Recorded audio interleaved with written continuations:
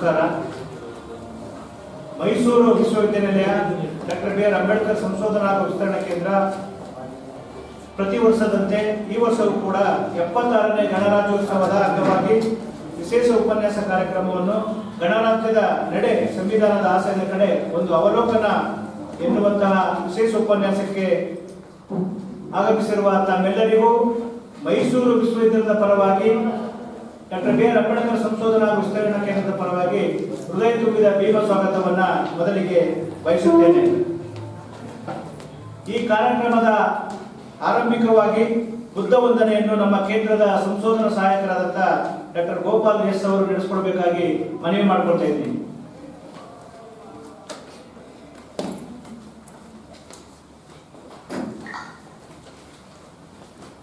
ವೇದಿಕೆ ಮೇಲೆ ಆಸೀನರಾಗಿರ್ತಕ್ಕಂಥ ಮೈಸೂರು ವಿಶ್ವವಿದ್ಯಾನಿಲಯದ ಗೌರವಾನ್ವಿತ ಕುಲಪತಿಗಳು ಹಾಗೂ ವೇದಿಕೆ ಮೇಲೆ ಇರ್ತಕ್ಕಂಥ ಗಣ್ಯರಿಗೆ ನಮಸ್ಕರಿಸ್ತಾ 76ನೇ ವರ್ಷದ ಗಣರಾಜ್ಯೋತ್ಸವದ ಶುಭಾಶಯಗಳನ್ನು ತಿಳಿಸ್ತಾ ಪ್ರಸ್ತುತ ಅಂಬೇಡ್ಕರ್ ಗೀತೆಯನ್ನು ಪ್ರಸ್ತುತ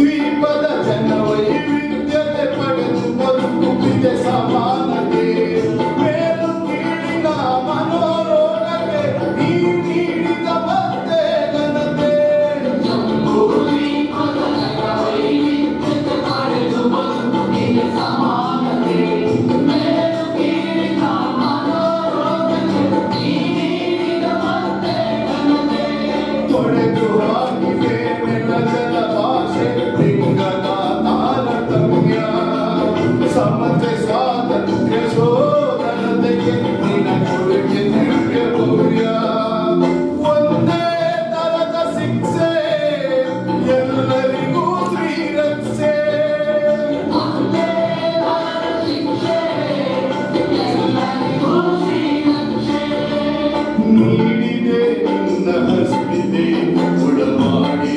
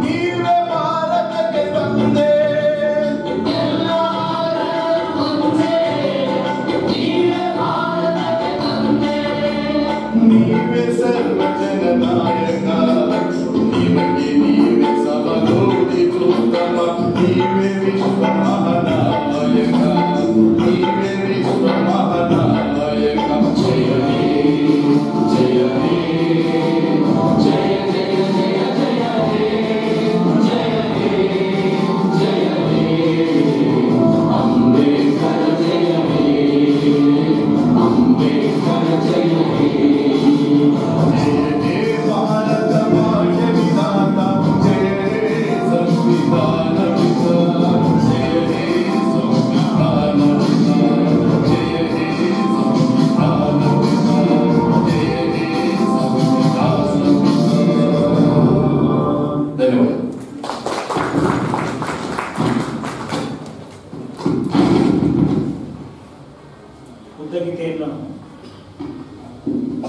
ಬುದ್ಧಗೀತೆಯನ್ನು ಪ್ರಸ್ತುತಪಡಿಸಿದ ಗೋಪಾಲ್ ಎಸ್ ಅವರಿಗೆ ಧನ್ಯವಾದಗಳು. ಕಾರ್ಯಕ್ರಮಕ್ಕೆ ಆಗಮಿಸಿರುವ ಎಲ್ಲರನ್ನು ಹಾಗೂ ವಾಸ್ತವಿಕ ನುಡಿಗಳನ್ನು ಆಡಬೇಕಾಗಿ ನಮ್ಮ ಕೇಂದ್ರದ ಪ್ರಾಧ್ಯಾಪಕರು ಹಾಗೂ ಗಾಂಧಿ ಅಧ್ಯಯನದ ನಿರ್ದೇಶಕರಾದ ಎಸ್ ನರೇಂದ್ರ ಕುಮಾರ್ ಸರ್ ಅವರನ್ನ ಕೇಳಿಕೊಟ್ಟಿದ್ದೇನೆ. ಎಲ್ಲರಿಗೂ ನಮಸ್ಕಾರ. ಮೊದಲನೇದಾಗಿ ಪ್ರತಿಯೊಬ್ಬರಿಗೂ ಕೂಡ ಗಣರಾಜ್ಯೋತ್ಸವದ ಶುಭಾಶಯಗಳು. ನಮ್ಮ ಮೈಸೂರು ವಿಶ್ವವಿದ್ಯಾಲಯದ ಸಹಕಾರದೊಂದಿಗೆ ನಮ್ಮ ಕೇಂದ್ರ ಪ್ರತಿ ವರ್ಷ ನಿರಂತರವಾಗಿ ಗಣರಾಜ್ಯೋತ್ಸವ ದಿನದ ಕಾರ್ಯಕ್ರಮದ ಅಂಗವಾಗಿ ವಿಶೇಷ ಉಪನ್ಯಾಸವನ್ನು ಅರ್ಥಪೂರ್ಣವಾಗಿ ಹಮ್ಮಿಕೊಳ್ತಾ ಬರ್ತಾ ಇದೆ. ಈ ದಿನ ತಮಗೆಲ್ಲರೂ ಗೊತ್ತಿರೋ ಹೀಗೆ ಗಣರಾಜ್ಯದ ನಡೆ, ಸಂವಿಧಾನದ ಆಶಯದ ಕಡೆ ಒಂದು ಅವಲೋಕನ ಎನ್ನುವ ವಿಷಯ ಕುರಿತು ವಿಶೇಷ ಉಪನ್ಯಾಸವನ್ನು ಹಮ್ಮಿಕೊಂಡಿದ್ದೇವೆ. ಬೆಳಿಗ್ಗೆ ತಾನೇ ಗಣರಾಜ್ಯೋತ್ಸವದ ಅಂಗವಾಗಿ ಧ್ವಜಾರೋಹಣವನ್ನು ನೆರವೇರಿಸಿ ಅಲ್ಲೂ ಕೂಡ ಅರ್ಥಪೂರ್ಣವಾದ ಕಾರ್ಯಕ್ರಮವನ್ನು ನಿರ್ವಹಣೆ ಮಾಡಿ ಮತ್ತೆ ಆ ಕಾರ್ಯಕ್ರಮವನ್ನು ಮೂಲಕ ಸಂದೇಶವನ್ನು ಸಾರಿ ಇವತ್ತು ನಮ್ಮಲ್ಲಿ ನೀಡ್ತಾ ಇರುವಂತಹ ಈ ವಿಶೇಷ ಉಪನ್ಯಾಸಕ್ಕೆ ಆಗಮಿಸಿ ಈ ಕಾರ್ಯಕ್ರಮ ಉದ್ಘಾಟಿಸಲು ಬಂದಿರುವಂತಹ ನಮ್ಮ ವಿಶ್ವವಿದ್ಯಾಲಯದಿಂದ ಗೌರವಾನ್ವಿತ ಕುಲಪತಿಗಳಂತಹ ಪ್ರೊಫೆಸರ್ ಎನ್.ಕೆ. ಲೋಕನಾಥ್ ಸರ್ ಅವರು ನಮ್ಮ ಕೇಂದ್ರದ ಬಗ್ಗೆ ಮತ್ತು ಎಲ್ಲ ವಿಭಾಗಗಳ ಬಗ್ಗೆ ಕೂಡ ಬಹಳ ವಿಶೇಷವಾದಂತಹ ಆಸಕ್ತಿಯನ್ನು ವಹಿಸಿ ಅವುಗಳ ಪ್ರಗತಿಗೆ ಕಾಳಜಿಯನ್ನು ವಹಿಸಿರುವಂಥವರು. ಅವರು ಇವತ್ತು ನಮ್ಮ ನಡುವೆ ಈ ಕಾರ್ಯಕ್ರಮದ ಉದ್ಘಾಟನೆಗೆ ಆಗಮಿಸಿದರೆ ಅವ್ರನ್ನ ಪ್ರೀತಿ ಗೌರವದಿಂದ ನಮ್ಮ ಕೇಂದ್ರದ ಪರವಾಗಿ ಮತ್ತು ತಮ್ಮೆಲ್ಲರ ಪರವಾಗಿ ನಾನು ಸ್ವಾಗತವನ್ನು ಬಯಸ್ತೇನೆ.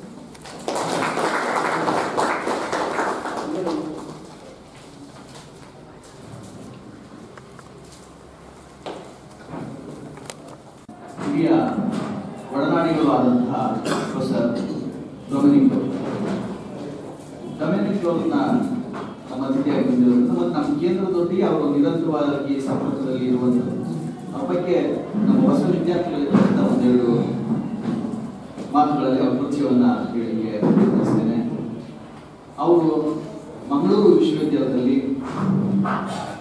3 ಚಿನ್ನದ ಪದಕಗಳೊಂದಿಗೆ ರ್ಯಾಂಕ್ ಅನ್ನ ಪಡೆದಂಥವರು ಕನ್ನಡ ಸಾಹಿತ್ಯದಲ್ಲಿ.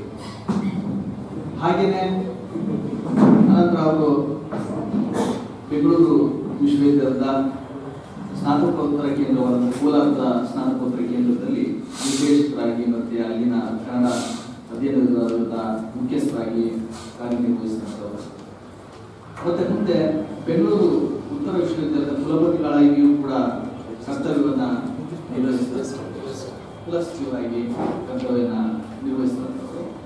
ಮತ್ತೆ ಬಹಳ ಮುಖ್ಯವಾಗಿ ಅವರು ಒಂದು ಸಾಮಾಜಿಕ ಬದ್ಧತೆಯನ್ನ ಇಟ್ಕೊಂಡು ತೃತೀಯ ಲಿಂಗಿಗಳು ಮತ್ತೆ ಕೊಳಗೇರಿ ಸಮುದಾಯಗಳ ಸಬಲೀಕರಣಕ್ಕಾಗಿ ಅವರು ನಿರಂತರವಾಗಿ ಕೆಲಸವನ್ನ ಮಾಡ್ತಾ ಇದ್ದಾರೆ. ಬಾಬಾ ಸಾಹೇಬ್ ಅಂಬೇಡ್ಕರ್ 125ನೇ ವರ್ಷದ ಸಂದರ್ಭದಲ್ಲಿ ಸರ್ಕಾರ ಆಯೋಜನೆ ಮಾಡಿದಂತಹ ಅಂಬೇಡ್ಕರ್ ಜ್ಞಾನದರ್ಶನ ಅಭಿಯಾನ ಅನ್ನುವಂತಹ ಬಹಳ ದೊಡ್ಡ ಒಂದು ಅಭಿಯಾನದೊಳಗಡೆ ತಮ್ಮನ್ನು ತೊಡಗಿಸಿಕೊಂಡಂಥವರು ಕೂಡ. ಅವರು ಪ್ರಾಧ್ಯಾಪಕ ಸಾಮಾಜಿಕ ಬದ್ಧತೆಯನ್ನು ಇಟ್ಕೊಂಡು ಕೆಲಸ ನಿರ್ವಹಿಸ್ತಾ ಇರುವಂತಹ ಒಬ್ಬ ವಿದ್ವಾಂಸರು ಕೂಡ.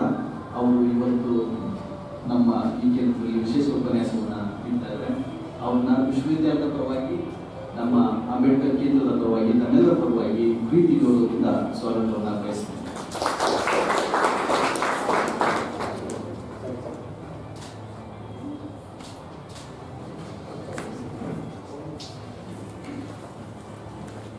ಮತ್ತೆ ಈ ವಿಶೇಷ ಉಪನ್ಯಾಸ ಕಾರ್ಯಕ್ರಮದ ಅಧ್ಯಕ್ಷತೆಯನ್ನು ವಹಿಸಿರುವಂತವರು ಹಿರಿಯ ಪ್ರಾಧ್ಯಾಪಕರು ಮತ್ತು ನಮ್ಮ ಅಂಬೇಡ್ಕರ್ ಕೇಂದ್ರದ ನಿರ್ದೇಶಕರಾದಂತಹ ಪ್ರೊಫೆಸರ್ ಜೆ ಸೋಮಶೇಖರ್ ಅವರು ನಿರಂತರವಾಗಿ ವಿಭಿನ್ನವಾದಂತಹ ಕಾರ್ಯಕ್ರಮಗಳನ್ನ ಹಮ್ಮಿಕೊಳ್ಳೋದ್ರ ಮೂಲಕ ಒಂದು ಸಾಮಾಜಿಕ ಚಲನೆಗೆ ಕಾರಣರಾಗ್ತಾ ಇದ್ದಾರೆ.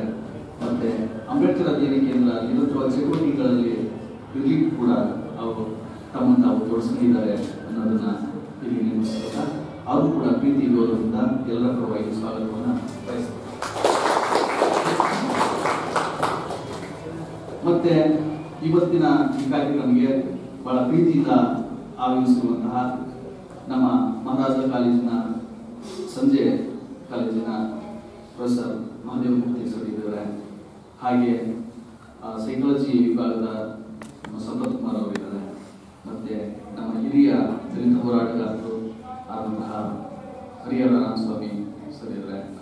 ಮತ್ತೆ ನಮ್ಮ CFTRನ ಶಿವಸ್ವಾಮಿ ಅವರಿದ್ದಾರೆ, ಅಲ್ಲಾದಾಸ್ ಅವರಿದ್ದಾರೆ. ಮತ್ತೆ ನಾವು ರೂಸಾದ ವತಿಯಿಂದ ಒಂದು ವಾರದ ಕಾರ್ಯಾಗಾರವನ್ನು ಹಮ್ಮಿಕೊಳ್ಳುವ ಸಂದರ್ಭದಲ್ಲಿ ನಿನ್ನೆ ವಿಶೇಷ ಉಪನ್ಯಾಸವನ್ನು ನೀಡಲಿಕ್ಕೆ ಬಂದಂತಹ ಸಮಾಜಶಾಸ್ತ್ರಜ್ಞರು ಮತ್ತು ಪ್ರಾಧ್ಯಾಪಕರಾದಂತಹ ಪ್ರೊಫೆಸರ್ ಸಿ ಲಕ್ಷ್ಮೀಪತಿ ಅವರು, ಅವರ ಬಾಳ ಸಂಗಾತಿ ಕೂಡ ನಮ್ಮೊಂದಿಗೆ ಇವತ್ತು ಕೂಡ ನಿನ್ನೆ ನಾನು ವಿಶೇಷ ಉಪನ್ಯಾಸದಲ್ಲಿ ಭಾಗವಹಿಸಿದ್ದೇನೆ, ಅವರು ಕೂಡ ಇದ್ದಾರೆ. ಹಾಗೆ ನಮ್ಮ ಹಿಂದಿನ ಈ ಪ್ರಾರಂಭದಲ್ಲಿ ಈ ಕೇಂದ್ರ ಸ್ಥಾಪನೆಗೊಳ್ಳುವ ಸಂದರ್ಭದಲ್ಲಿ ತಮ್ಮನ್ನು ತೊಡಗಿಸಿಕೊಂಡಂತಹ ನಮ್ಮ ವಿಶ್ರಾಂತ ನಿರ್ದೇಶಕರಾದಂತಹ ಜಯಶಂಕರ್ ಅವರು ಇದ್ದಾರೆ, ಅವರು ಕೂಡ ಸ್ವಾಗತ ಬಯಸ್ತಾರೆ. ಬೇರೆ ಬೇರೆ ವಿಭಾಗದ ಸಂಶೋಧಕರು ವಿದ್ಯಾರ್ಥಿಗಳು ಇಲ್ಲಿ ಬಂದಿದ್ದಾರೆ. ಮತ್ತೆ ಮಾಧ್ಯಮದ ಮಿತ್ರರು ಕೂಡ ಇಲ್ಲಿ ಆಗಮಿಸಿದ್ದಾರೆ. ಎಲ್ಲರೂ ಕೂಡ ಸ್ವಾಗತಿಸಿ ನಮ್ಮ ನಿರ್ದೇಶಕರು ಪ್ರಾಸ್ತಾವಿಕ ಒಂದೆರಡು ಮಾತನ್ನ ಹೇಳಿ ಅಂತ ಹೇಳಿದ್ರು. ಒಂದೆರಡೇ ಮಾತನ್ನ ಹೇಳಲಿಕ್ಕೆ ಬಯಸ್ತೇನೆ. ಮೊದಲೇ ಹೇಳಿದಂತೆ ನಮ್ಮ ವಿಶ್ವವಿದ್ಯಾಲಯದ ಒಂದು ಸಹಕಾರ ಪ್ರೋತ್ಸಾಹದ ಮೂಲಕ ನಾವು ಪ್ರತಿ ವರ್ಷ ವಿಶೇಷ ಉಪನ್ಯಾಸಗಳನ್ನ ಹಮ್ಮಿಕೊಳ್ತಾ ಬರ್ತಾ ಇದ್ದೀವಿ. ಒಂದು ಪ್ರಜಾಪ್ರಭುತ್ವ ವ್ಯವಸ್ಥೆಯಲ್ಲಿ ಬದುಕ್ತಾ ಇರುವಂತಹ ನಾವೆಲ್ಲರೂ ಕೂಡ ನಮ್ಮ ಸಂವಿಧಾನದ ಮಹತ್ವವನ್ನ ಅರ್ಥಕೊಳ್ಳುವಂಥದ್ದು, ಪುನರಾವಲೋಕನ ಮಾಡುವಂಥದ್ದು ಮತ್ತು ವಿಮರ್ಶೆ ಮಾಡಿಕೊಳ್ಳೋದ್ರ ಮೂಲಕ ನಮ್ಮ ಸಂವಿಧಾನದ ಆಶಯಗಳನ್ನ ಇನ್ನಷ್ಟು ಮತ್ತಷ್ಟು ಆಚರಣೆಗೆ ಅನುಸರಣೆಗೆ ತರುವ ಉದ್ದೇಶ ಈ ನಮ್ಮ ವಿಶೇಷ ಉಪನ್ಯಾಸಕ್ಕೆ ಇದೆ ಅನ್ನುವಂಥದ್ದು. ಎಲ್ಲರೂ ಗೊತ್ತಿರುವಂತೆಯೇ ನಮ್ಮ ದೇಶಕ್ಕೆ ಸ್ವಾತಂತ್ರ್ಯವಾಗಲಿ ಸಂವಿಧಾನವಾಗಲಿ ಸುಲಭವಾಗಿ ಬಂದದ್ದಲ್ಲ. ಬೆಳಗ್ಗೆ ತಾನೇ ನಮ್ಮ ಮಾನ್ಯ ಕುಲಪತಿಗಳು ಇದೇ ವಿಷಯವನ್ನು ನಮ್ಮ ಜೊತೆ ಚರ್ಚೆ ಮಾಡ್ತಾ ಇದ್ರು. ಅಸಂಖ್ಯಾತ ಜನರ ತ್ಯಾಗ, ಬಲಿದಾನ, ಪರಿಶ್ರಮ, ಹಾಗೆ ಅವರ ಹೋರಾಟ, ಬಹಳ ಬದ್ಧತೆಯ ಆಲೋಚನೆಗಳು ಇವುಗಳಿಗೆ ಕಾರಣ ಆಗಿದೆ. ಅವರೆಲ್ಲರೂ ಕೂಡ ಈ ಸಂದರ್ಭದಲ್ಲಿ ನಾವು ಸ್ಮರಿಸಬೇಕಾಗುತ್ತೆ. ಅದರಲ್ಲೂ ಮುಖ್ಯವಾಗಿ ಸ್ವತಂತ್ರ ಚಳವಳಿಗೆ ತಾರ್ಕಿಕ ಅಂತ್ಯವನ್ನ ತಂದುಕೊಟ್ಟಂತವರು ಮಹಾತ್ಮ ಗಾಂಧೀಜಿಯವರಾದ್ರೆ, ಸ್ವತಂತ್ರಗೊಂಡಂತಹ ಭಾರತಕ್ಕೆ ಸಾರ್ವಭೌಮತ್ವದೊಂದಿಗೆ ಪ್ರಜಾಸತ್ತಾತ್ಮಕವಾಗಿ ಮುನ್ನಡೆಯಲು ಅರ್ಥಪೂರ್ಣ ಸಂವಿಧಾನ ರಚಿಸಲ್ಪಟ್ಟಂತವರು ಬಾಬಾ ಸಾಹೇಬ್ ಅಂಬೇಡ್ಕರ್ ಅವರು ಅನ್ನುವಂಥದ್ದು. ಎಲ್ಲರಿಗೂ ತಿಳಿದಿರುವಂತೆ ಭಾರತ ಒಂದು ಸ್ವದೇಶಿ ರಾಜ ಮಹಾರಾಜರ ಆಳ್ವಿಕೆಗೆ ಒಳಪಟ್ಟು ನೋಡ್ತೇವೆ. ಹಾಗೆಯೇ ಬೇರೆ ಬೇರೆ ದೇಶಗಳ ಮೊಘಲ್ ಇರ್ಬೋದು ಅಥವಾ ಪರ್ಷಿಯನ್ ಇರ್ಬೋದು, ಹೂಣರ್ ಇರ್ಬೋದು ಅಥವಾ ಬ್ರಿಟಿಷರು, ಹೀಗೆ ಬೇರೆ ಬೇರೆ ಆಳ್ವಿಕೆಗಳ ಒಳಪಟ್ಟು. ಆದರೆ ಭಾರತದ ಪ್ರಜೆಗಳೇನೆ ಆಳುವವರಾದದ್ದು ನಮ್ಮ ಸಂವಿಧಾನ ಜಾರಿಗೊಂಡ ಬಳಿಕ ಅನ್ನುವಂಥ ಚಾರಿತ್ರಿಕ ಮಹತ್ವವನ್ನು ನಾವು ಅರ್ಥಕೊಳ್ಬೇಕು. ಅದಕ್ಕೆ ರಾಜರು ಇರ್ಬೋದು, ಸರ್ವಾಧಿಕಾರ ಇರ್ಬೋದು, ಇವೆಲ್ಲ ಕೊನೆಗೊಂಡಂಥದ್ದು ಯಾವಾಗಂದ್ರೆ ನಮ್ಮ ಸಂವಿಧಾನ ಅನುಷ್ಠಾನಗೊಂಡ ಬಳಿಕ. ಹಾಗಾಗಿ ನಮ್ಮ ವಿಶ್ವವಿದ್ಯಾಲಯದಿಂದ ಕುಲಪತಿಗಳಾಗಿ ಕೆಲಸ ಮಾಡಿದಂಥವ್ರು ಮತ್ತೆ ರಾಷ್ಟ್ರಕವಿ ಮತ್ತು ವಿಶ್ವಮಾನವ ಸಂದೇಶವನ್ನು ಸಾರಿದಂಥ ನಮ್ಮ ಕುವೆಂಪು ಅವರು ಏನು ಹೇಳಿದ್ರು, ಈ ಸಂವಿಧಾನ ಜಾರಿಗೊಂಡಂತ ಇದೇ 26ನೇ ತಾರೀಕು ಅವರು ಸಂವಿಧಾನ ಜಾರಿಗೊಂಡು ಅದು ರೇಡಿಯೋದಲ್ಲಿ ಅನೌನ್ಸ್ ಆದಾಗ ಅದನ್ನ ಕೇಳಿಸ್ಕೊಂಡಂತಹ ಕುವೆಂಪು ಅವರು ಸ್ಫೂರ್ತಿಯಿಂದ ಒಂದು ಪದ್ಯವನ್ನ ಬರೀತಾರೆ. ಶ್ರೀಸಾಮಾನ್ಯರಿಗೆ ದೀಕ್ಷಾ ಗೀತೆ ಅಂತ ಹೇಳಿ ಅಲ್ಲಿ ಅವರು ಹೇಳುವಂಥದ್ದು, ಕೊನೆಗೊಂಡಿತೋ ಓರೋರ್ವರ ಗರ್ವದ ಕಾಲ, ಇದು ಸರ್ವರ ಕಾಲ, ಸರ್ವೋದಯವೇ ಯುಗ ಮಂತ್ರ ಅನ್ನೋ ಮಾತನ್ನು ಹೇಳಿ, ಮೇಲಿಲ್ಲವೋ ಕೀಳಿಲ್ಲವೋ ಸರ್ವ ಸಮಾನತ ರಾಜ್ಯ ಅನ್ನೋ ಮಾತನ್ನ ಆ ಪದ್ಯದ ಮೂಲಕ ಹೇಳೋದನ್ನು ನಾವು ಕಾಣ್ತೇವೆ. ಇದು ಬಹಳ ಮುಖ್ಯವಾದದ್ದು. ಅಂತ ಹೇಳಿದ್ರೆ ಒಬ್ಬರು ಕವಿ ಒಂದು ಸಾಮಾಜಿಕ ಬದ್ಧತೆಯ ಮೂಲಕ ಸಂವಿಧಾನಕ್ಕೆ ಸ್ಪಂದಿಸಿರುವಂಥದ್ದು ನಮ್ಮ ನೆಲ ಅನ್ನುವಂಥದ್ದು ಬಹಳ ವಿಶೇಷ. ಭಾರತದ ವಿಶೇಷತೆ ಅಂತ ಹೇಳಿದ್ರೆ ಬುದ್ಧ ಗುರುವಿನ ಸಂಘದ ಮೂಲಕ ಮತ್ತೆ ನಮ್ಮದೇ ನೆಲದ ವಚನ ಸಾಹಿತ್ಯ, ಏನು ಶರಣ ಸಾಹಿತ್ಯ ಅಂತ ಹೇಳ್ತೀವಲ್ಲ, ಅದರಲ್ಲಿ ಅನುಭವ ಮಂಟಪದ ಮೂಲಕ ಮತ್ತು ಇನ್ನೂ ಮುಖ್ಯವಾಗಿ ನಮ್ಮ ಮೈಸೂರು ವಿಶ್ವವಿದ್ಯಾಲಯವನ್ನು ಕಟ್ಟಿದಂತಹ ನಾಲ್ವಡಿ ಕೃಷ್ಣರಾಜ ಒಡೆಯರ್ ಅವರ ಕಾಲಘಟ್ಟದಂತಹ ಪ್ರಜಾಪ್ರತಿನಿಧಿ ಸಭೆಯ ಮೂಲಕ ಕೂಡ ಈ ಪ್ರಜಾಪ್ರಭುತ್ವದ ಆಶಯಗಳು, ಆ ಬೇರುಗಳು ಬಂದಿವೆ ಅನ್ನೋದು ಬಹಳ ವಿಶೇಷವಾದಂಥದ್ದು. ನಮ್ಮ ದೇಶ ವೈವಿಧ್ಯತೆಯನ್ನು ಒಳಗೊಂಡಿದೆ. ಭೌಗೋಳಿಕವಾಗಿ, ಧಾರ್ಮಿಕವಾಗಿ, ಸಾಂಸ್ಕೃತಿಕವಾಗಿ, ಭಾಷಿಕವಾಗಿ, ಉಡುಗೆ ತೊಡುಗೆನಲ್ಲಿ ಈ ವೈವಿಧ್ಯತೆ ಇದೆ. ಇವೆಲ್ಲವನ್ನ ಕೂಡ ನಾವು ಗೌರವಿಸಬೇಕು. ಇವುಗಳೊಂದಿಗೆ ಒಂದು ಸೌಹಾರ್ದತೆ, ಶ್ರೇಷ್ಠತೆಯಿಂದ ಇರಬೇಕು ಅನ್ನುವಂಥದ್ದು ನಮ್ಮ ಸಂವಿಧಾನ ಬಯಸುತ್ತೆ. ಹಾಗೇನೆ ನಮ್ಮಲ್ಲಿ ಈ ವೈವಿಧ್ಯತೆ ಜೊತೆ ಅಸಮಾನತೆಗಳು ಹುಡ್ತಾ ಇದ್ದಾವೆ. ಅದು ಜಾತಿ ಪದ್ಧತಿ ಇರ್ಬೋದು, ವರ್ಗ ಸಮಾನತೆ, ಲಿಂಗ ತಾರತಮ್ಯ, ಕೋಮುವಾದ, ಅಸ್ಪೃಶ್ಯತೆ, ಮೂಢನಂಬಿಕೆಗಳು, ಈ ಅಸಮಾನತೆಗಳನ್ನ ತೊಡೆದಾಕುವ, ನಿರ್ಮೂಲನೆಗೊಳಿಸುವಂತಹ ಆಶಯ ಕೂಡ ಸಂವಿಧಾನದಲ್ಲಿ ಇದೆ. ಹಾಗಾಗಿಯೇ ಬೆಳಗ್ಗೆ ಕೂಡ ಒಳಗೊಳ್ಳುವಿಕೆಯ ಬಗ್ಗೆ ನಮ್ಮ ಕುಲಪತಿಗಳು ಮಾಡ್ತಾರೆ. ನಮ್ಮ ಸಂವಿಧಾನ ಒಳಗೊಳ್ಳುವಿಕೆಯ ಹಿನ್ನೆಲೆ ಒಳಗಡೆ ಆರಂಭವಾಗುತ್ತೆ ಅಂತ ಹೇಳಿದ್ರೆ we the people of India ಅನ್ನೋದು ಮೂಲಕ ಅಂತ ಹೇಳಿದ್ರೆ ಭಾರತೀಯರಾದ ನಾವು, ಭಾರತೀಯ ಜನತೆಯಾದ ನಾವು ಅಂತ ಆರಂಭಗೊಳ್ಳೋದ್ರ ಮೂಲಕನೇ ಒಳಗೊಳ್ಳುವಿಕೆಯನ್ನ ಹೇಳುತ್ತೆ. ಅದರ ಒಳಗೊಳ್ಳುವಿಕೆ ಏನಿದೆ ಇದು ಬಹಳ ಮುಖ್ಯವಾದದ್ದು. ಇದು ಸರ್ವೋದಯದ, ಕುವೆಂಪು ಸಾರದ ಸರ್ವೋದಯದ ಪರಿಕಲ್ಪನೆ ಇದೆ ಅನ್ನುವುದನ್ನ ಹೇಳ್ತಾ, ಇನ್ನೊಂದು ವಿಶೇಷ ಏನಪ್ಪ ನಮ್ಮ ಸಂವಿಧಾನ ಹೇಳಿದ್ರೆ ಜನರ ರಕ್ಷಣೆಯನ್ನಷ್ಟೇ ಅದು ಹೇಳಿಲ್ಲ. ಈ ದೇಶದ ಮರ, ಗಿಡ, ಪ್ರಾಣಿ, ಪಕ್ಷಿ ಮತ್ತೆ ಜಲಚರಗಳ ಬಗ್ಗೆನೂ ಕೂಡ, ಅದರ ರಕ್ಷಣೆಯನ್ನು ಕೂಡ ನಮ್ಮ ಸಂವಿಧಾನ ಹೇಳಿದೆ. ಅಂದ್ರೆ ಸಕಲ ಜೀವರಾಶಿಗಳ ಒಳಗೊಳ್ಳುವಿಕೆಯ ಮೂಲಕ ಪ್ರಗತಿ ಸಾಧಿಸುವಂಥದ್ದು ನಮ್ಮ ಸಂವಿಧಾನದ ಉದ್ದೇಶ ಆಗಿದೆ. ಇವುಗಳನ್ನು ನಾವು ಎಷ್ಟು ಮಟ್ಟಿಗೆ ಸಾಧನೆ ಮಾಡಿದ್ದೇವೆ ಮತ್ತು ಇನ್ನು ಏನ್ ಸಾಧಿಸಬೇಕಾಗಿದೆ ಅನ್ನುವಂತಹ ಅವಲೋಕನ ತುಂಬಾ ಅಗತ್ಯ. ಈ ಬಗ್ಗೆ ಆತ್ಮವಿಮರ್ಶೆಯನ್ನ ಮಾಡ್ತಾ ಮತ್ತು ನಾವು ಅವಲೋಕನ ಮಾಡ್ಕೊಳ್ತಾ ಮುನ್ನಡೆಯಲಿಕ್ಕೆಯಿಂದ ವಿಶೇಷ ಉಪನ್ಯಾಸಗಳು ಕಾರಣ ಆಗುತ್ತೆ, ಪ್ರೇರಣೆ ಆಗುತ್ತೆ. ಆ ಕಾರಣಕ್ಕಾಗಿ ನಮ್ಮ ಕೇಂದ್ರ ನಿರಂತರವಾಗಿ ಉಪನ್ಯಾಸಗಳನ್ನು ಹಮ್ಮಿಕೊಳ್ತಾ ಬರ್ತಾ ಇದೆ. ತಮ್ಮೆಲ್ಲರ ಸಹಕಾರದೊಂದಿಗೆ ಇವತ್ತಿನ ಉಪನ್ಯಾಸ ಕೂಡ ಬಹಳ ಯಶಸ್ವಿಯಾಗುತ್ತೆ ಅನ್ನುವಂತಹ ಭರವಸೆಯನ್ನು ಇಟ್ಕೊಂಡು ಮತ್ತೊಮ್ಮೆ ತಮ್ಮೆಲ್ಲರೂ ಕೂಡ ಸ್ವಾಗತವನ್ನು ಬಯಸಿ ಒಂದೆರಡು ಮಾತನ್ನು ಮುಗಿಸ್ತೇನೆ. ಧನ್ಯವಾದ.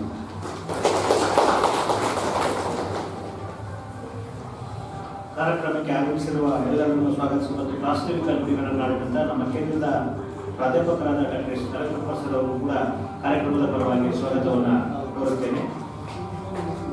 ಕಾರ್ಯಕ್ರಮದ ಉದ್ಘಾಟನೆಯನ್ನು ನಮ್ಮ ವಿಶ್ವವಿದ್ಯಾಲಯದ ಹಿರಿಯ ಪ್ರಾಧ್ಯಾಪಕರು ಹಾಗೂ ನಮ್ಮ ಗೌರವಾನ್ವಿತ ಕುಲಪತಿಗಳಾದ professor M K Lokanath sir ಅವರು ನಡೆಸಿಕೊಡ್ಬೇಕು, ಎಲ್ಲ ಗಣ್ಯರು ಕೂಡ ನಡೆಸಿಕೊಡ್ಬೇಕಾಗಿ ಮನವಿ ಮಾಡಿಕೊಳ್ತಾ ಇದ್ದೀನಿ.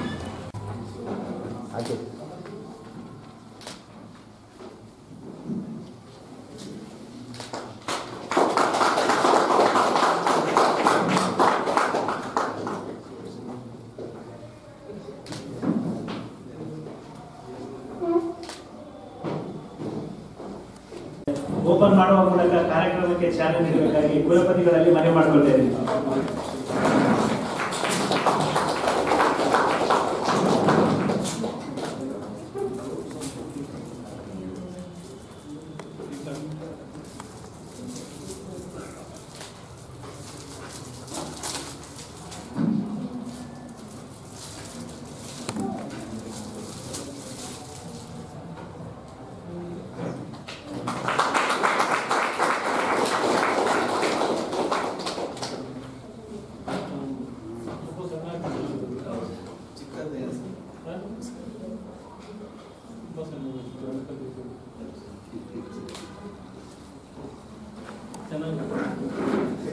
ಕುಲಪತಿಗಳು ಸಹ ತಮ್ಮ ಉದ್ಘಾಟನಾ ಮಾತುಗಳನ್ನು ಆಡಬೇಕಾಗಿ ಕೇಳಿಕೊಳ್ಳುತ್ತೇನೆ.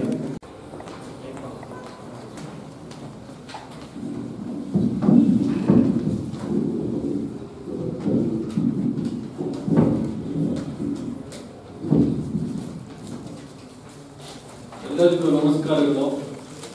ಮೈಸೂರು ವಿಶ್ವವಿದ್ಯಾಲಯದ ಡಾಕ್ಟರ್ ಬಿ ಆರ್ ಅಂಬೇಡ್ಕರ್ ಸಂಶೋಧನೆ ಹಾಗೂ ವಿಸ್ತರಣಾ ಕೇಂದ್ರದಿಂದ 76ನೇ ವರ್ಷದ ಗಣರಾಜ್ಯೋತ್ಸವದ ಅಂಗವಾಗಿ ಗಣರಾಜ್ಯದ ನಡೆ ಮುಂದಿನ ಆಶಯದ ಕಡೆ ಒಂದು ಅವಲೋಕನ ಕುರಿತು ಆಯೋಜಿಸಿರುವ ವಿಶೇಷ ಉಪನ್ಯಾಸ ಕಾರ್ಯಕ್ರಮದಲ್ಲಿ ಆಸೀನರಾಗಿರುವ ಬೆಂಗಳೂರು ವಿಶ್ವವಿದ್ಯಾಲಯದ ಕನ್ನಡ ಅಧ್ಯಯನ ಕೇಂದ್ರ ನಿರ್ದೇಶಕರು ಡಾಕ್ಟರ್ ಡೊಮಿನಿಕ್ ಅವರೇ, ಹಾಗೂ ಡಾಕ್ಟರ್ BR ಅಂಬೇಡ್ಕರ್ ಸಂಶೋಧನಾ ಹಾಗೂ ವಿಸ್ತರಣಾ ಕೇಂದ್ರ ನಿರ್ದೇಶಕರ ಪ್ರೊಫೆಸರ್ ಜೆ ಸೋಮಶೇಖರ್ ಅವರೇ, ಹಾಗೂ ಪ್ರೊಫೆಸರ್ ನರೇಂದ್ರ ಕುಮಾರ್ ಅವರೇ, ಹಾಗೂ ಎಲ್ಲ ಉಪಮಾನಿತರೇ, ಬೋಧಕರ ಸಿಬ್ಬಂದಿಗಳೇ, ಸಂಶೋಧನಾ ವಿದ್ಯಾರ್ಥಿಗಳೇ ಹಾಗೂ ನೆಚ್ಚಿನ ವಿದ್ಯಾರ್ಥಿಗಳೇ ಮತ್ತು ಮಾಧ್ಯಮಿಕರು, ನಮಗೆಲ್ಲರಿಗೂ 76ನೇ ಗಣರಾಜ್ಯೋತ್ಸವದ ಶುಭಾಶಯಗಳು.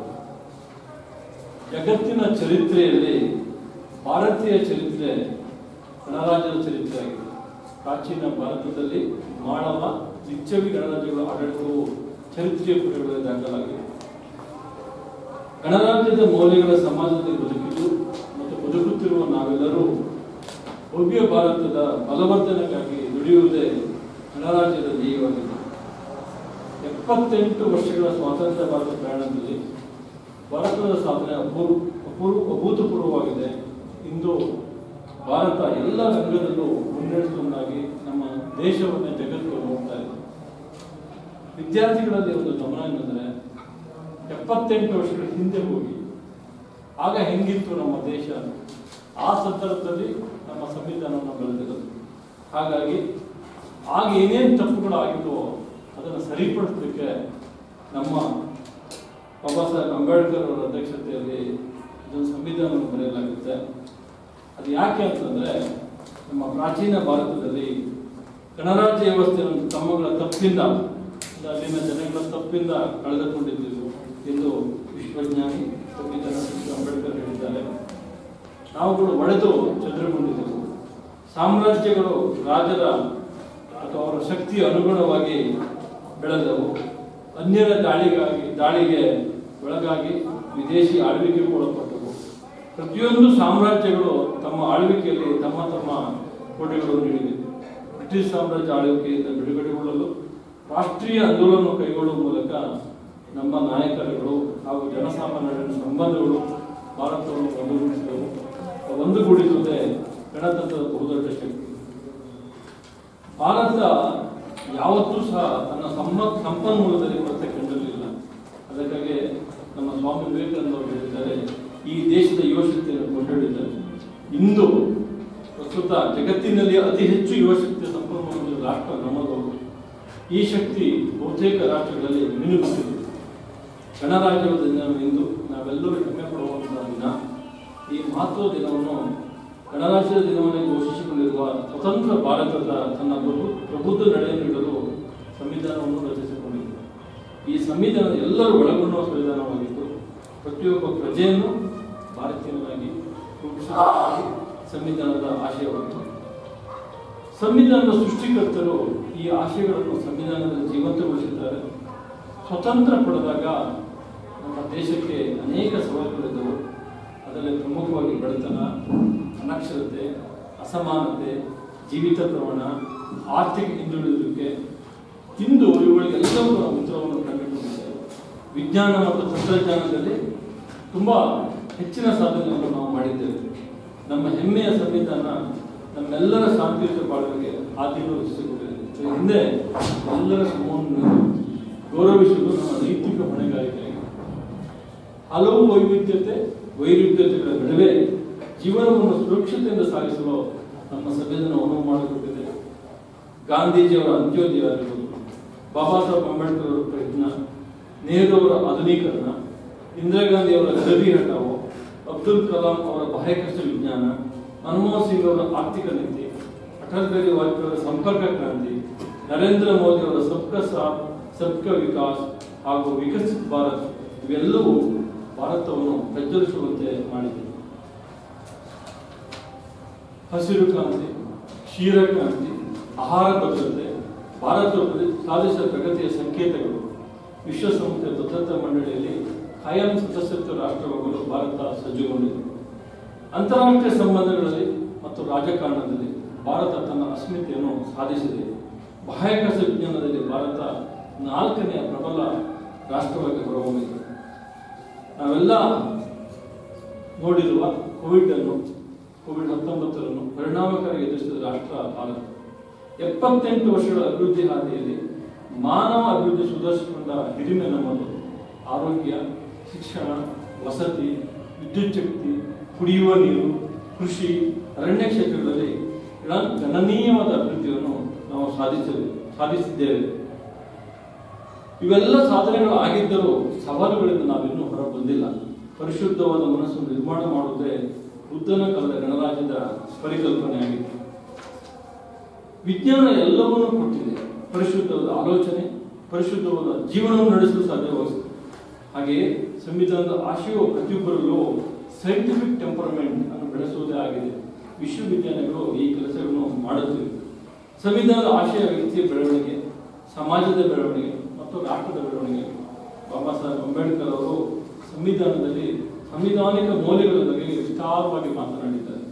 ಸಂವಿಧಾನ ರಚನಾ ಸಭೆಯಲ್ಲಿ ಅವರು ಮಾಡಿದ ಕೊನೆಯ ಭಾಷಣವನ್ನು ಪ್ರತಿಯೊಬ್ಬ ಭಾರತೀಯರು ಓದಲೇಬೇಕು, ಅದನ್ನು ಅರಿತುಕೊಳ್ಳಬೇಕು. ಆವಾಗ ಮಾತ್ರ ಭಾರತದ ಗಣರಾಜ್ಯದ ನಡೆ ಸಂವಿಧಾನದ ಆಶಯಗಳಿಗೆ ಸಾಗುತ್ತದೆ. ಅವರು ಕೊನೆಯ ಭಾಷಣದಲ್ಲಿ ನೀಡಿರುವ ಸಂದೇಶಗಳು ಮತ್ತು ಎಚ್ಚರಿಕೆಗಳನ್ನು ನಾವು ಗಂಭೀರವಾಗಿ ಪರಿಗಣಿಸದೆ ಹೋದರೆ ಗಣರಾಜ್ಯಕ್ಕೆ ಧಕ್ಕೆಯನ್ನು ಉಂಟಾಗುತ್ತದೆ. ಸಾಮಾಜಿಕ ಮತ್ತು ಆರ್ಥಿಕ ವೈರುಧ್ಯಗಳ ಜೊತೆಗೆ ಇಂದು ರಾಜಕೀಯ ವೈರುಧ್ಯಗಳು ಹೆಚ್ಚಾಗುತ್ತವೆ. ಈ ವೈರುಧ್ಯಗಳ ವಿರುದ್ಧ ಹೋರಾಡುವ ಶಕ್ತಿ ಇಂದು ಅಗತ್ಯವಿದೆ. ಎಲ್ಲೆಡೆ ಮೌಲ್ಯಗಳ ಅಧಪತನವನ್ನು ಕಾಣುತ್ತಿದ್ದೇವೆ. ಇದರಿಂದ ಹೊರಬರದಿದ್ದರೆ ಪ್ರಬುದ್ಧ ಭಾರತವನ್ನು ನಿರ್ಮಾಣ ಮಾಡುವುದೇ ಬಹುದೊಡ್ಡ ಸವಾಲಾಗಿದೆ. ಹಾಗಾಗಿ ನ್ಯಾಯಸಮ್ಮತವಾದ ಶಾಂತಿಯುತ ಜೀವನ ನಡೆಸಲು ದೃಢ ವಿಶ್ವಾಸವುಳ್ಳ ಭಾರತದ ಪೌರವನ್ನು ಸೃಷ್ಟಿಸಬೇಕಾಗಿದೆ. ಇದರ ಅರ್ಥ ಪ್ರತಿಯೊಬ್ಬ ಪೌರ ಘನತೆಯುತ ಜೀವನ ನಡೆಸುವ ಅವಕಾಶಗಳನ್ನು ಸೃಷ್ಟಿಸುವುದೇ ಆಗಿದೆ. ಈ ನಿಟ್ಟಿನಲ್ಲಿ ನಾವೆಲ್ಲರೂ ಯಾವುದೇ ದಾಕ್ಷಿಣ್ಯಗಳಿಗೆ ಪ್ರಭಾವಿತರಾಗದೆ ಜೀವನ ನಡೆಸುವ ಬದ್ಧತೆಯನ್ನು ಕೈಗೊಂಡು ಪ್ರದರ್ಶಿಸಬೇಕಾಗಿದೆ. ಆವಾಗ ಮಾತ್ರ ಗಣರಾಜ್ಯದ ನಡೆ ಸಂವಿಧಾನದ ಆಶಯಕ್ಕೆ ಅನುಗುಣವಾಗಿರುತ್ತದೆ. ಸೊ ಇಲ್ಲಿ ಪ್ರತಿ ಸರಿ ನಾನು ಅಂಬೇಡ್ಕರ್ ಈ ಸಂಶೋಧನಾ ಹಾಗೂ ವಿಸ್ತರಣೆ ಕೆಲಸ ಬಂದಾಗಿಲ್ಲ ಈ ಕೆಳಗಡೆ ಒಂದು ಕೋಟ್ ಬರೀತಾರೆ. ಈ ಸರಿಯಲ್ಲಿ ನಮ್ಮ ಸಾಮಾಜಿಕ ಆರ್ಥಿಕ ಧ್ಯೇಯಗಳನ್ನು ಈಡೇರಿಸಿಕೊಳ್ಳಲು ನಾವು ಸಂವಿಧಾನಿಕ ವಿಧಾನಗಳನ್ನೇ ಅನುಸರಿಸಬೇಕು. ಹಿಂಸೆಯ ಮಾರ್ಗವನ್ನು ಸಂಪೂರ್ಣವಾಗಿ ತೊರೆಯಬೇಕು. ನೋಡಿ ಎಷ್ಟು ಚೆನ್ನಾಗಿ ಬರೆದ ಒಂದೊಂದು ಪದ. ಅದಕ್ಕೆ ಈ ತರದ ಒಂದು ಕಾರ್ಯಕ್ರಮಗಳಲ್ಲಿ ಈ ಸಂವಿಧಾನದ ಬಗ್ಗೆ ಆದಷ್ಟು ವಿಚಾರಗಳನ್ನು ತಿಳಿಸುತ್ತಾ ನಮ್ಮ ಅಂಬೇಡ್ಕರ್ ಸಂಶೋಧನಾ ಕೇಂದ್ರ ಕೆಲಸ ಮಾಡ್ತಾ ಇರುತ್ತದೆ. ಈ ನಿಟ್ಟಿನಲ್ಲಿ ಈಗಿನ ಪ್ರೊಫೆಸರ್ ಡೊಮಿನಿಕ್ ಅವರು ಬಂದಿದ್ದಾರೆ, ಕನ್ನಡದ ಪ್ರಾಧ್ಯಾಪಕರು. ಅವರು ನಮಗೆ ಈ ಗಣರಾಜ್ಯದ ನಡೆ ಸಂವಿಧಾನದ ಆಶಯದ ಕಡೆ ಒಂದು ಅವಲೋಕನ ನಮಗೆ ವಿಷಯ ಮಂಡಿಸಲಿದ್ದಾರೆ.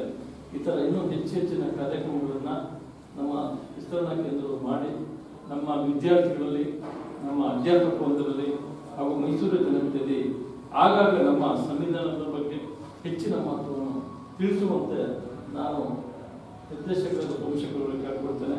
ಹಾಗಾಗಲೇ ಅವರು ಸುಮಾರು ಕಾರ್ಯಕ್ರಮ ಮಾಡ್ತಾ ಇದ್ದಾರೆ. ಅದರ ಜೊತೆಗೆ ಇನ್ನೂ ಹೆಚ್ಚಿನ ಕಾರ್ಯಕ್ರಮ ಮಾಡಿ ಅವಾಗ ಮಾತ್ರ ನಾವು ಗಣರಾಜ್ಯೋತ್ಸವ ದಿನದ ಒಂದು ದಿನಕ್ಕೆ ಸೀಮಿತವಾಗಿದೆ. ಸಂವಿಧಾನದ ಎವ್ರಿ ಡೇ ನಾವು ಸೆಲೆಬ್ರೇಟ್ ಮಾಡೋದು. ಇವತ್ತು ನಾವು ಈಗಿದ್ದೀವಿ, ಇಷ್ಟಾದ ಒಳ್ಳೊಳ್ಳೆ ಫೆಸಿಲಿಟೀಸ್ ಇದೆ, ಓಡಾಡ್ತೀವಿ, ಒಳ್ಳೆ ರೋಡ್ ಇದೆ, ನಮಗೆ ವಾಹನಗಳಿವೆ ಅಂತಂದರೆ ಇದಕ್ಕೆಲ್ಲ ಕಾರಣ ಸಂವಿಧಾನ. ಸೊ ಅಂದರೆ ಪ್ರಗತಿ ಶಾಸ್ತ್ರ ಒಂದು ಶಿಸ್ತು, ಒಂದು ನಿಯಮ, ಒಂದು ಬದ್ಧತೆ. ಆ ಬದ್ಧತೆಯನ್ನು ಸಂವಿಧಾನ ನಮಗೆ ಕೊಡ್ತಿದೆ. ಸೊ ಹಾಗಾಗಿ ಪ್ರತಿದಿನವೂ ಬರೀ ಜನವರಿ 26 ಮಾತ್ರ ಗಣರಾಜ್ಯೋತ್ಸವದ ಪ್ರತಿದಿನ ನಮ್ಮ ರಾಜ್ಯೋತ್ಸವ ಇದೆ. ಯಾಕಂದರೆ ನಮ್ಮ ಬದುಕನ್ನು ಕಟ್ಟಿಕೊಟ್ಟಿದೆ. ಶ್ರೀಮಂತರಾಗಿರ್ಬೋದು, ಸರ್ಕಾರ ಆಗಿರ್ಬೋದು, ಸಾಮಾನ್ಯ ಪ್ರಜೆ ಆಗಿರ್ಬೋದು, ಎಲ್ಲರೂ ಸಹ ಸಂವಿಧಾನದ ಅಚ್ಚುಕಟ್ಟದೆ ಅಂದರೆ ಅದರ ಒಳಗಡೆ ಕೆಲಸ ಮಾಡುವಂಥ ನಡೆ ನಮ್ಮದಾಗಿದೆ. ಇದೆಲ್ಲ ಹೇಳ್ತಾ ಮತ್ತೊಮ್ಮೆ ನಿಮಗೆಲ್ಲರಿಗೂ ಶುಭಕಾಮನೆಗಳನ್ನು ತಿಳಿಸುತ್ತಾ ನಾನು ಹೊಂದಿಸ್ತೇನೆ. ಎಲ್ಲರಿಗೂ ನನ್ನ ವಂದನೆಗಳು. ಜೈ ಹಿಂದ್, ಜೈ ಕರ್ನಾಟಕ.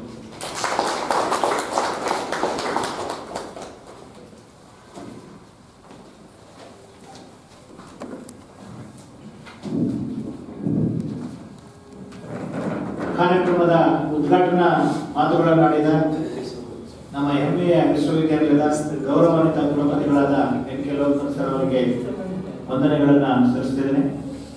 ವಿಶೇಷ ಉಪನ್ಯಾಸ ಕಾರ್ಯಕ್ರಮದ ಪ್ರಧಾನ ಭಾಗವಾಗಿ ಗಣರಾಜ್ಯದ ನಡೆ ಸಂವಿಧಾನದ ಆಶಯದ ಕಡೆ ಒಂದು ಅವಲೋಕನ ವಿಷಯವನ್ನು ಕುರಿತು ಬೆಂಗಳೂರು ವಿಶ್ವವಿದ್ಯಾಲಯದ ಕನ್ನಡ ಅಧ್ಯಯನ ಸಂಸ್ಥೆಯ ನಿರ್ದೇಶಕರಾದ ಪ್ರೊಫೆಸರ್ ಡೊಮಿನಿಕ್ ಸರ್ ಅವರು ಉಪನ್ಯಾಸವನ್ನು ನೀಡಬೇಕಾಗಿ ಮನವಿ ಮಾಡಿಕೊಳ್ತಾ ಇದ್ದೇನೆ.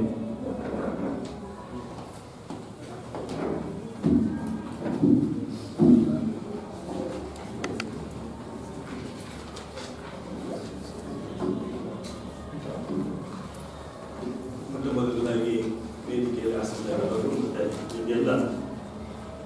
ಸಂವಿಧಾನ ಕೊಟ್ಟಂತ ನಾನು ನೀವು ಪ್ರಜೆಗಳು ಅದರ ಹಬ್ಬವನ್ನು ಇವತ್ತು ನಾವು ಕೊಂಡಾಡ್ತಾ ಇದ್ದೀವಿ. ಹಬ್ಬದ ಶುಭಾಶಯಗಳನ್ನು ಕೋರ್ತಾ ಒಂದು ಮಾತುಗಳನ್ನು ಮುಂದುವರಿಸಬೇಕು.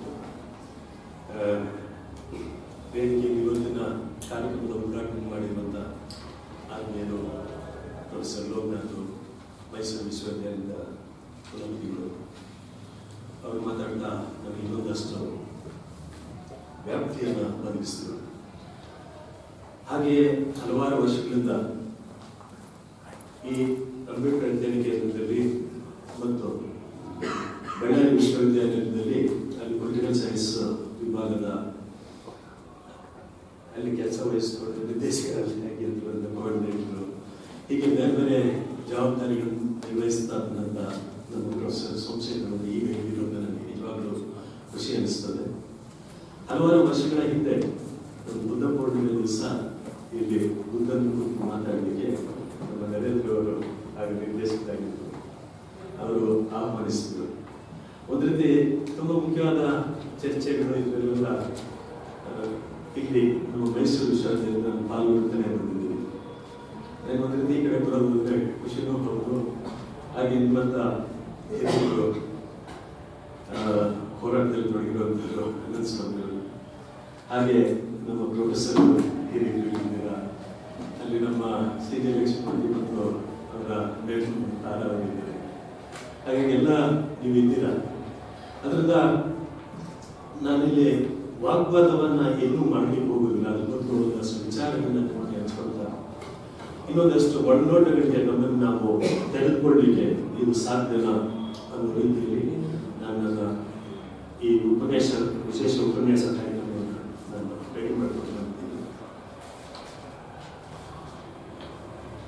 ತುಂಬ ಮುಖ್ಯವಾಗಿ ಅಂಬೇಡ್ಕರ್ ಅವರು ಈ ಸಂವಿಧಾನವನ್ನ ನಮಗೆ ನಾವೇ ವಹಿಸಿಕೊಳ್ತೀವಿ ಅಂತ ಹೇಳಿದಂಥ ಸಂದರ್ಭ.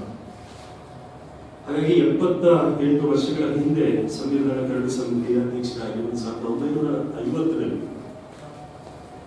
ಪಾರ್ಲಿಮೆಂಟ್ ನಲ್ಲಿ ಸಂವಿಧಾನವನ್ನ ಒಪ್ಪಿಕೊಳ್ಳುವಾಗ ಅಲ್ಲಿ ಕೂಡ ಒಂದು ದೊಡ್ಡ ಚರ್ಚೆ ಆಯಿತು.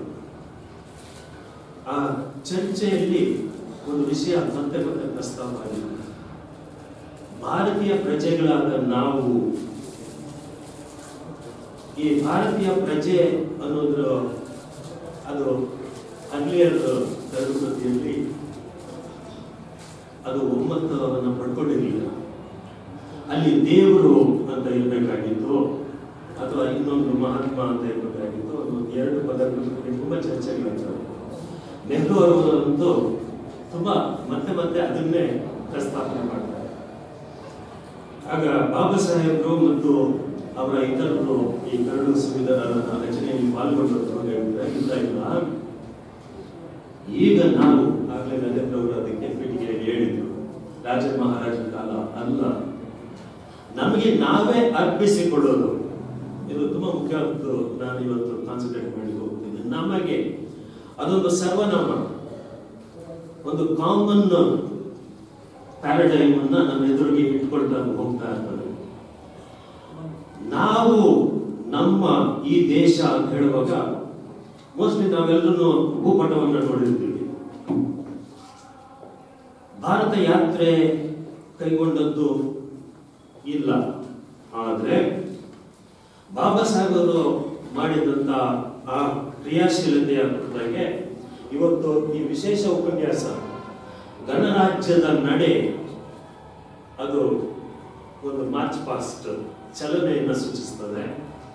ಯಾವ ಕಡೆ ಸಂವಿಧಾನದ ಆಶಯ ಕಡೆ 2006ರಲ್ಲಿ ನಮ್ಮ ದಲಿತ ಸಂಘರ್ಷ ಸಮಿತಿ ಹಾಗೆ ಒಂದು ಕರೆ ಕೊಟ್ಟಿದ್ದು, ಬುದ್ಧ ನಡೆಗೆ ಮರಳಿ ಮನೆಗೆ ಅಂತ.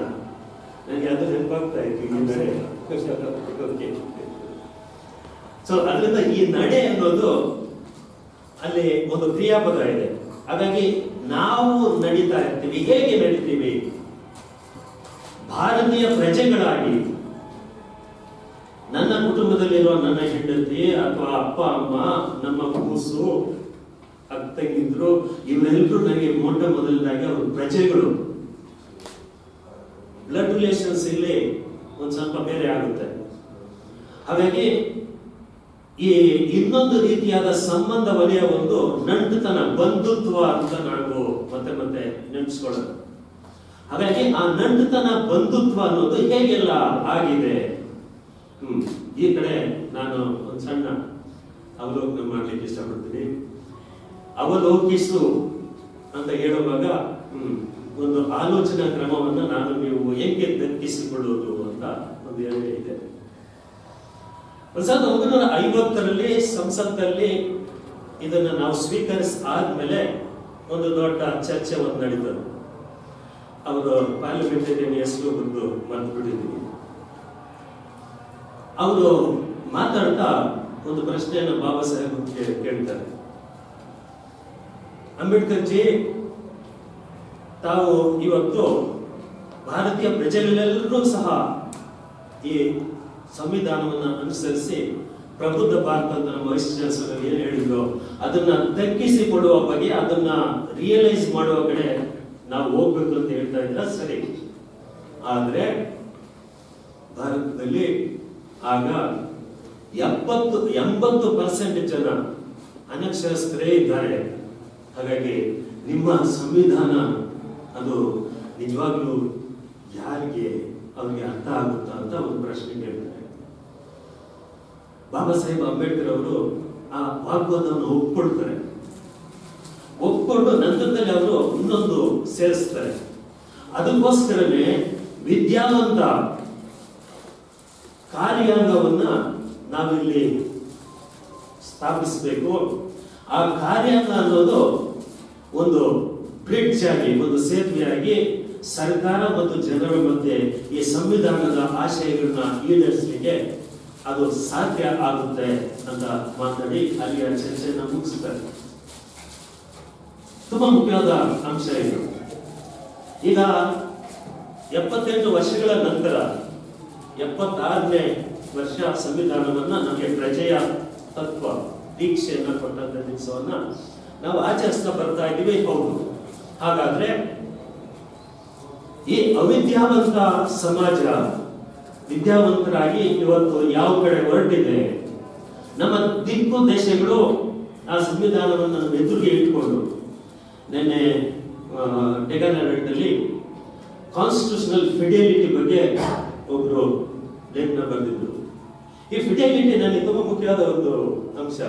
ಫಿಡೆಲಿಟಿ ಅಂದ್ರೆ ನಾನು ಮಾದಪ್ಪನಿಗೆ ನಡ್ಕೊಳ್ತೀನಿ, ಅಡಿಯರಾಗ್ತೀನಿ ಅಂತ ಹೇಳುವಂಥದ್ದು. ಒಂದು ಧರ್ಮದಲ್ಲಿ ನಂಬಿಕೆಯನ್ನ ಗಟ್ಟಿಗೊಳಿಸ್ತೀನಿ ಅಂತ ಹೇಳುವಂಥದ್ದು. ಬಟ್ ಇಲ್ಲಿ ನನ್ನ ನಂಬಿಕೆ ಪವಿತ್ರವಾದ ಗ್ರಂಥ, ಅದು ಬೇರೆ ಯಾವುದೂ ಅಲ್ಲ, ಸಂವಿಧಾನ.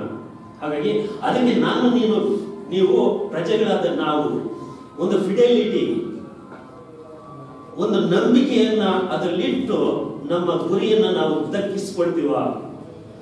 ಆ ಗುರಿ ಯಾವುದು ಅಂತ ಹೇಳುವಾಗ ಪ್ರಬುದ್ಧ ಭಾರತ ಅಂತ ಚರ್ಚೆ ಮಾಡ್ತಾ ಇದ್ವಿ. ಅದರಲ್ಲಿ ರಾಜಕೀಯ ಸ್ವಾತಂತ್ರ್ಯ, ಸಾಮಾಜಿಕ ಸ್ವಾತಂತ್ರ್ಯ, ಆರ್ಥಿಕ ಸ್ವಾತಂತ್ರ್ಯ ಇವುಗಳನ್ನ ದಕ್ಕಿಸಿಕೊಳ್ಬೇಕು. ಆಗ ಅದು ಮತ್ತಷ್ಟು ಸ್ಪಷ್ಟತೆ ಆಗುತ್ತೆ. ನಾವು ನಮ್ಮ ಕಿರಿಯ ಪೀಳಿಗೆಗೆ ಯಾವ ಮಾಡೆಲ್ಸ್ ಅನ್ನ ಬಿಟ್ಟು ಹೋಗ್ತಾ ಇರ್ತೀವಿ. ನಾನು ಅನೇಕ ಸಲ ನಮ್ಮ ವಿದ್ಯಾಕ್ಷೇತ್ರಗಳಲ್ಲಿ ಪ್ರತಿ ವರ್ಷ ನೋಡುವಾಗ ನಮ್ಮ ತಲೆಮಾರುಗಳು, ಅದು ಸಾರ್ವಜನಿಕ ವಿದ್ಯಾಕ್ಷೇತ್ರಗಳಿಗೆ ವಿಶ್ವವಿದ್ಯಾಲಯಕ್ಕೆ ಬರೋರೆಲ್ಲರೂ ಸಹ 90% ಇತ್ತೀಚೆಗೆ ಮೊದಲನೇ ತಲೆಮಾರಿನವರೇ ಆಗಿರ್ತೀವಿ. ಅದರಲ್ಲೂ ಸಹ OBCಗಳು, MBCಗಳು ಮತ್ತು ನಮ್ಮ ದಲಿತ ಸಮುದಾಯಗಳ ವಿದ್ಯಾರ್ಥಿನಿಯರೇ ಅಲ್ಲಿ ಹೆಚ್ಚಿಗೆ ಪಾಲ್ಗೊಳ್ತಾ ಇರೋದು. ನಿಮ್ಮಲ್ಲಿನೂ ನೀವು ಸಹ ಅನೇಕರು ನಮ್ಮ ತಂದೆ ತಾಯಿಗೆ ಯಾರು ಉನ್ನತ ಶಿಕ್ಷಣಕ್ಕೆ ತೆಗೆದುಕೊಂಡಿರಲಿಲ್ಲ. ಬಟ್ ನೀವು ಮೊದಲನೇ ತಲೆಮಾರಾಗಿ ಈ ವಿದ್ಯಾಕ್ಷೇತ್ರಗಳಿಗೆ ಬಂದಾಗ ನನ್ನ ಅನಿಸ್ತದೆ ಈ ಅವಲೋಕನ ತುಂಬಾ ಮುಖ್ಯವಾಗಿ ನಮ್ಮ ಎದುರಿಗೆ ನಿಂತ್ಕೊಳ್ತಾ ಹೋಗ್ತಾ ಇರ್ತದೆ. ಅಂಬೇಡ್ಕರ್ ಒಂದು ಘಟನೆ ನಾನು ಸಂಸತ್ ಬಗ್ಗೆ ಹೇಳಿದೆ. 2ನೇ ಜನರಲ್ ಎಲೆಕ್ಷನ್ಸ್ ಆದ್ಮೇಲೆ ಬಾಬಾ ಸಾಹೇಬ್ ಅಂಬೇಡ್ಕರ್ ಅವರು ಅಲ್ಲಿ ಪಾರ್ಲಿಮೆಂಟ್ ಅಲ್ಲಿ ಇದ್ರು. ಹೌದು. ಹಾಗೆ ಇರುವಾಗ ಆ ಎಲೆಕ್ಷನ್ ಅಲ್ಲಿ ವಿನ್ ಆಗಿ ಗೆದ್ದು ಸಂಸತ್ಗೆ ಬಂದಂತ ನಮ್ಮ ಸಂಸತ್ ಸಚಿವರುಗಳು, ಶಾಸಕರು ಹೇಗಿದ್ರು ಅಂತ ಹೇಳುವಾಗ ಬಹುಸಂಖ್ಯಾತರು ಹಳ್ಳಿಗಾಡುಗಳಿಂದ ಬಂದಂತ ಫ್ಯೂಡಲ್ ಕ್ಯಾರೆಕ್ಟರ್ಸ್, ಅಂತ ಫ್ಯೂಡಲ್ ಕ್ಯಾರೆಕ್ಟರ್ಸ್ ಅಲ್ಲಿ ಸಂವಿಧಾನದಲ್ಲಿ ಭಾಗವಹಿಸಿದಾಗ ನಾವು ಎಂತಹ ಭಾರತವನ್ನ ಕಟ್ತೀವಿ ಅನ್ನೋದ್ರ ಬಗ್ಗೆ ಈಗಾಗಲೇ 50ರ ದಶಕದ ಆಗಲಿ 60ರ ದಶಕದ ಆದಿಯಲ್ಲಿ ಬಾಬಾ ಸಾಹೇಬ್ ಅಂಬೇಡ್ಕರ್ ಮತ್ತೆ ಇತರರು ಭಾಗವಹಿಸಿ ಮಂಡಿಸಿದಂತ ಧ್ಯೇಯಗಳೆಲ್ಲ ಎಲ್ಲೂ ಮಸ್ಕಾಗ್ಲಿಕ್ಕೆ ಶುರುವಾಗಿದ್ದು. ಆಗ ಅಂಬೇಡ್ಕರ್ ಅವರಿಗೆ ಯಾರಾದ್ರೂ ಪ್ರಶ್ನೆ ಕೇಳಿದ್ರೆ ಸಂಸತ್ತಲ್ಲಿ ಅವರು ಮೌನ ಅಂತ ಹೋಗ್ತಾ ಇದ್ರು. ಹೌದು ಇಲ್ಲ ಅಷ್ಟೇ, ಎಸ್ ನೋ ಅಷ್ಟೇ ಅವರು ಪ್ರತಿಕ್ರಿಯೆ ಕೊಡ್ತಾ ಇದ್ರು. ಅಂದ್ರೆ ಆಗ್ಲೇ ಒಂದು ಹೆಜ್ಜೆ ಎಲ್ಲೋ ಒಂದ್ ಕಡೆ ತಪ್ಪೇನು ಅಂತ ಅನಿಸ್ತಾ ಇತ್ತು. ಬಟ್ ಬಟ್ ಬಟ್ ಬಟ್ ಮತ್ತೆ ಮತ್ತೆ ಸಂವಿಧಾನದಲ್ಲಿ ಇರುವಂತ ಅಡಲ್ಟ್ ಫ್ರಾಂಚೈಸ್ ಇದನ್ನ ನಾವು ತೆಗೆದುಕೊಳ್ಳುವಾಗ ನಾವು ಮತ್ತೆ ಮತ್ತೆ ಚುನಾವಣೆಗಳು ಎದುರಿಸಬೇಕು. ಅದ್ರ ಮೂಲಕನೇ ನಾವು ನಮ್ಮ ಪ್ರಜೆಯ ತಾಕತ್ತನ್ನ ಮತ್ತೆ ಮತ್ತೆ ಎಕ್ಸರ್ಸೈಸ್ ಮಾಡ್ತಾ ಹೋಗ್ತೀವಿ ಅನ್ನೋದನ್ನು ನಾವು ಸ್ವಲ್ಪ ಗಮನಿಸಲೇಬೇಕಾಗುತ್ತೆ. ಹಾಗೆ ಗಮನಿಸಲಿಲ್ಲ ಅಂತ ಹೇಳಿದ್ರೆ ಮತ್ತೆ ಎಡುವ ಸಾಧ್ಯತೆಗಳೇ ಹೆಚ್ಚಾಗಿ ನಮ್ಮ ಎದುರಿಗೆ ಇರ್ತವೆ. ಹಾಗಾಗಿ ಈ ಸಂಸತ್ ಸಂದರ್ಭದಲ್ಲಿ ನಡೆದಂತ ಈ ಚರ್ಚೆಗಳು ಇಲ್ಲಿ 2 ಸಂಗತಿಗಳನ್ನ ನಾವು ಮುಂದೆ ಇರ್ತವೆ. ಏನು? ಒಂದು ಕಾನ್ಸ್ಟಿಟ್ಯೂಷನಲ್ ಮೊರಾಲಿಟಿ. ನಾವು ಪ್ರಜೆಗಳಾಗಿ ಬದುಕುವಾಗ ನಮಗೆ ಬೇಕಾದಂತ ನೈತಿಕ ತಾಕತ್ತು, ಆಗ್ಲೇ ಸರ್ ಅದನ್ನ ಹೇಳ್ತಾ ಇದ್ರು, ನೈತಿಕ ತಾಕತ್ತು ನಮಗೆ ದಕ್ಕುವ ಬಗೆ ಹೇಗೆ? ಅದಕ್ಕೆ ಬಾಬಾ ಸಾಹೇಬ್ ಅಂಬೇಡ್ಕರ್ ಅವರನ್ನೇ ಮತ್ತೊಂದು ಪ್ಯಾರಡೈಮ್ ನಮ್ಮ ಎದುರುಗಿಡ್ತಾರೆ. ಕಲ್ಚರಲ್ ಡೆಮೋಕ್ರಸಿ ಅಂತ, ಸಾಂಸ್ಕೃತಿಕ ಪ್ರಜಾಸತ್ತೆ. ಅಂದ್ರೆ ನಾನು ನೀವು ಎಲ್ಲಿ ಬೆಳೀತಾ ಇದೀವೋ ಅಲ್ಲೇನೆ ನಮ್ಮ ಸಾಂಸ್ಕೃತಿಕ ಬೇರುಗಳು ಹೇಗಿರ್ಬೇಕು, ಯಾವ ಹಂತಕ್ಕೆ ಹೋಗ್ಬೇಕು ಅನ್ನೋದ್ರ ಕಡೆ ತುಂಬಾ ದೊಡ್ಡ ಮಟ್ಟದಲ್ಲಿ ಚರ್ಚೆಗಳು ಆರಂಭಿಸಿದ್ರು. ಈಗಷ್ಟೇ ನಮ್ಮ ಗೋಯಬ ಅವ್ರ ಬಗ್ಗೆ ನೆನೆಸ್ಕೊಳ್ತಾ, ನಾವು ಸಾಮಾನ್ಯರಲ್ಲ, ಶ್ರೀ ಸಾಮಾನ್ಯರು, ನಮಗೆ ದೀಕ್ಷೆ ಸಿಕ್ಕಿದ ದಿವಸ ಅಂತ ಗಮನ ಬಂದವರು ಅಂತ ಹೇಳಿದ್ರು. ಆಕ್ಚುಲಿ ಈ ದೀಕ್ಷೆ ಅನ್ನೋದು ಅದು ಇಲ್ಲಿ ಒಂದು ಪ್ಯಾರಡೈಮ್ ಶಿಫ್ಟ್ ಒಂದು ಆಗುತ್ತೆ. ನಾವು ಏನ್ ಮಾಡ್ತೀವಿ, ಅನೇಕ ಸಲ ಸಾರ್ವತ್ರೀಕರಿಸೋದು ಮತ್ತು ಸಾಮಾನ್ಯಕರಿಸೋದು ಅದೊಂದು ರೀತಿ ಜಾಗ್ಯ ತರ ನಮ್ಮ ವಿಶ್ವವಿದ್ಯಾಲಯಗಳಲ್ಲಿ ಸಂಶೋಧನೆಗಳಲ್ಲಿ ಬೆಟ್ಟಿಬಿಟ್ಟಿದೆ. ಸಾರ್ವತ್ರೀಕರಿಸೋದು ಯಾರ ನಾಲೆಜ್ ಸಿಸ್ಟಮ್ಸ್ ಸಾರ್ವತ್ರೀಕರಣ ಆಗ್ತಾ ಇರ್ತವೆ, ಅದು ಸೈಂಟಿಫಿಕ್ ಆಗಿದೆಯಾ, ಸೈಂಟಿಫಿಕ್ ಟೆಂಪರ್ಮೆಂಟ್ ಅಂದ್ರೆ ಏನು? ಸಾಮಾನ್ಯಕರಿಸೋದಲ್ಲಂತೂ ನಮ್ಮ ಸಂಶೋಧನೆಗಳಲ್ಲಿ ಫಸ್ಟ್ ಪ್ಯಾರಾಗ್ರಾಫ್ ಅದೇ ಇರೋದು, ಸಾರ್ವತ್ರೀಕರಿಸೋದು ಮತ್ತೆ ಸಾಮಾನ್ಯಕರಿಸೋದು. ಅದಲ್ಲ, ನಾನು ಮಾತಾಡಿದ್ರು ಸಹ ನಾನು ಇನ್ನು ಒಂದು 20 ನಿಮಿಷ ಅಥವಾ 30 ನಿಮಿಷ ತೆಗೆದುಕೊಳ್ತೀನಿ, ಆಮೇಲೆ ಚರ್ಚೆಗೆ ನಾನು ಓಪನ್ ಅಪ್ ಮಾಡ್ಬಿಡ್ತೀನಿ. ಅಂದ್ರೆ ವ್ಯಕ್ತಿನಿಷ್ಠ ಧೋರಣೆ ಅಂದ್ರೆ ನಾನು ಮಾತಾಡೋದು ನನ್ನ ಮೂಗಿನ ನೇರಕ್ಕೆ ಹೌದು. ನಾನು ಎಷ್ಟೇ ಓದ್ಕೊಂಡ್ರು ಸಹ ನನ್ನ ಒಳನೋಟಗಳನ್ನು ನಿಮ್ಮೊಟ್ಟಿಗೆ ಹಂಚ್ಕೊಳ್ಳುವಾಗ ಅದಕ್ಕೆ ಅದರದೇ ಆದ ಮಿತಿಗಳಿದ್ದಾವೆ. ಹಾಗಾಗಿ ಈ ವ್ಯಕ್ತಿನಿಷ್ಠ ಧೋರಣೆ, ಸನ್ನಿವೇಶ ಬದ್ಧತೆ ಮತ್ತು ಕಾಲಬದ್ಧತೆ ಇವತ್ತಿನ ಕಾಂಟೆಕ್ಸ್ಟ್ ಅಲ್ಲಿ ನಾವಿದ್ದೀವಿ. ನಮ್ಮ ವೈರುಧ್ಯಗಳನ್ನ ಬಗೆಹರಿಸಿಕೊಳ್ಳೋ ಸಲುವಾಗಿ ಈ ಕಲ್ಚರಲ್ ಡೆಮೋಕ್ರಸಿ ಎಲ್ಲಿ ಅದು ಪಾತ್ರ ವಹಿಸ್ತದೆ? ಸರಳು ಅದನ್ನೇ ಹೇಳಿದ್ರು, ವೈರುಧ್ಯಗಳು. ಅಂಬೇಡ್ಕರ್ ಅವರು ಭಾಷಣದಲ್ಲಿ ಮತ್ತೆ ಮತ್ತೆ ಅದು ಬಂತು ಕೊನೆಯಲ್ಲಿ. ಹಾಗಾಗಿ ಈ ವೈರುಧ್ಯಗಳನ್ನ ನಾವು ದಾಟುವಾಗ ನಾವು ಅಂಬೇಡ್ಕರ್ ಅವರನ್ನ ಒಂದು ಎದುರು ಬಿಟ್ಟಬೇಕು, ಹೌದು, ಆದ್ರೆ ವ್ಯಕ್ತಿಯಾಗಿ ಅಲ್ಲ. ಇವತ್ತು ಲೇಟ್ ಕ್ಯಾಪಿಟಲಿಸಮ್ ನಮ್ಮ ವ್ಯಕ್ತಿತ್ವಗಳನ್ನ ಟಾಕ್ಸಿಕ್ ಇಂಡಿವಿಜುವಲ್ ಆಗಿ ಮಾರ್ಪಡಿಸ್ತಾ ಇರ್ತದೆ. ನಾವು ಅದ್ರ ಬಗ್ಗೆ ಒಂದು ಸ್ವಲ್ಪ ಜಾಗ್ರತೆ ವಹಿಸಬೇಕು. ಹಾಗೆ ವಹಿಸುವಾಗ ಈ ಕಲ್ಚರಲ್ ಡೆಮೋಕ್ರಸಿ ಅನ್ನೋದು ನಾವು ನಮ್ಮ ಕುಟುಂಬಗಳಲ್ಲಿ ನಾವು ಹೇಗೆ ಈ ಸಾಂಸ್ಕೃತಿಕ ಅರಿವನ್ನು ವಿಸ್ತರಿಸ್ತಾ ಇರ್ತೀವಿ, ನಮ್ಮ ಸಾಮಾಜಿಕವಾಗಿ ನಾವು ಹೊರಗಡೆ ಬಂದ ತಕ್ಷಣ ಪಬ್ಲಿಕ್ ಸ್ಪೇಸಸ್ ಅನ್ನ ಪಬ್ಲಿಕ್ ಆಗಿ ಉಳಿಸ್ಕೊಳ್ಳಿಕ್ಕೆ ರೆಡಿ ಇದ್ದೀವಾ? ಹಾಗೆ ಹೇಳುವಾಗ ಅಂಬೇಡ್ಕರ್ ಸ್ವಲ್ಪ ಮುಂದೆ ಹೋಗ್ತಾರೆ. ಈ ಪ್ರಬುದ್ಧ ಭಾರತಕ್ಕೆ ಬೇಕಾದಂತಹ ಕಾನ್ಸ್ಟಿಟ್ಯೂಷನಲ್ ಮೊರಾಲಿಟಿ ಬಗ್ಗೆ ಮಾತಾಡ್ತಾರೆ. ಸಂವಿಧಾನಬದ್ಧ ನೈತಿಕತೆ ಅದು ಬೇರೆ ಯಾವುದೂ ಅಲ್ಲ,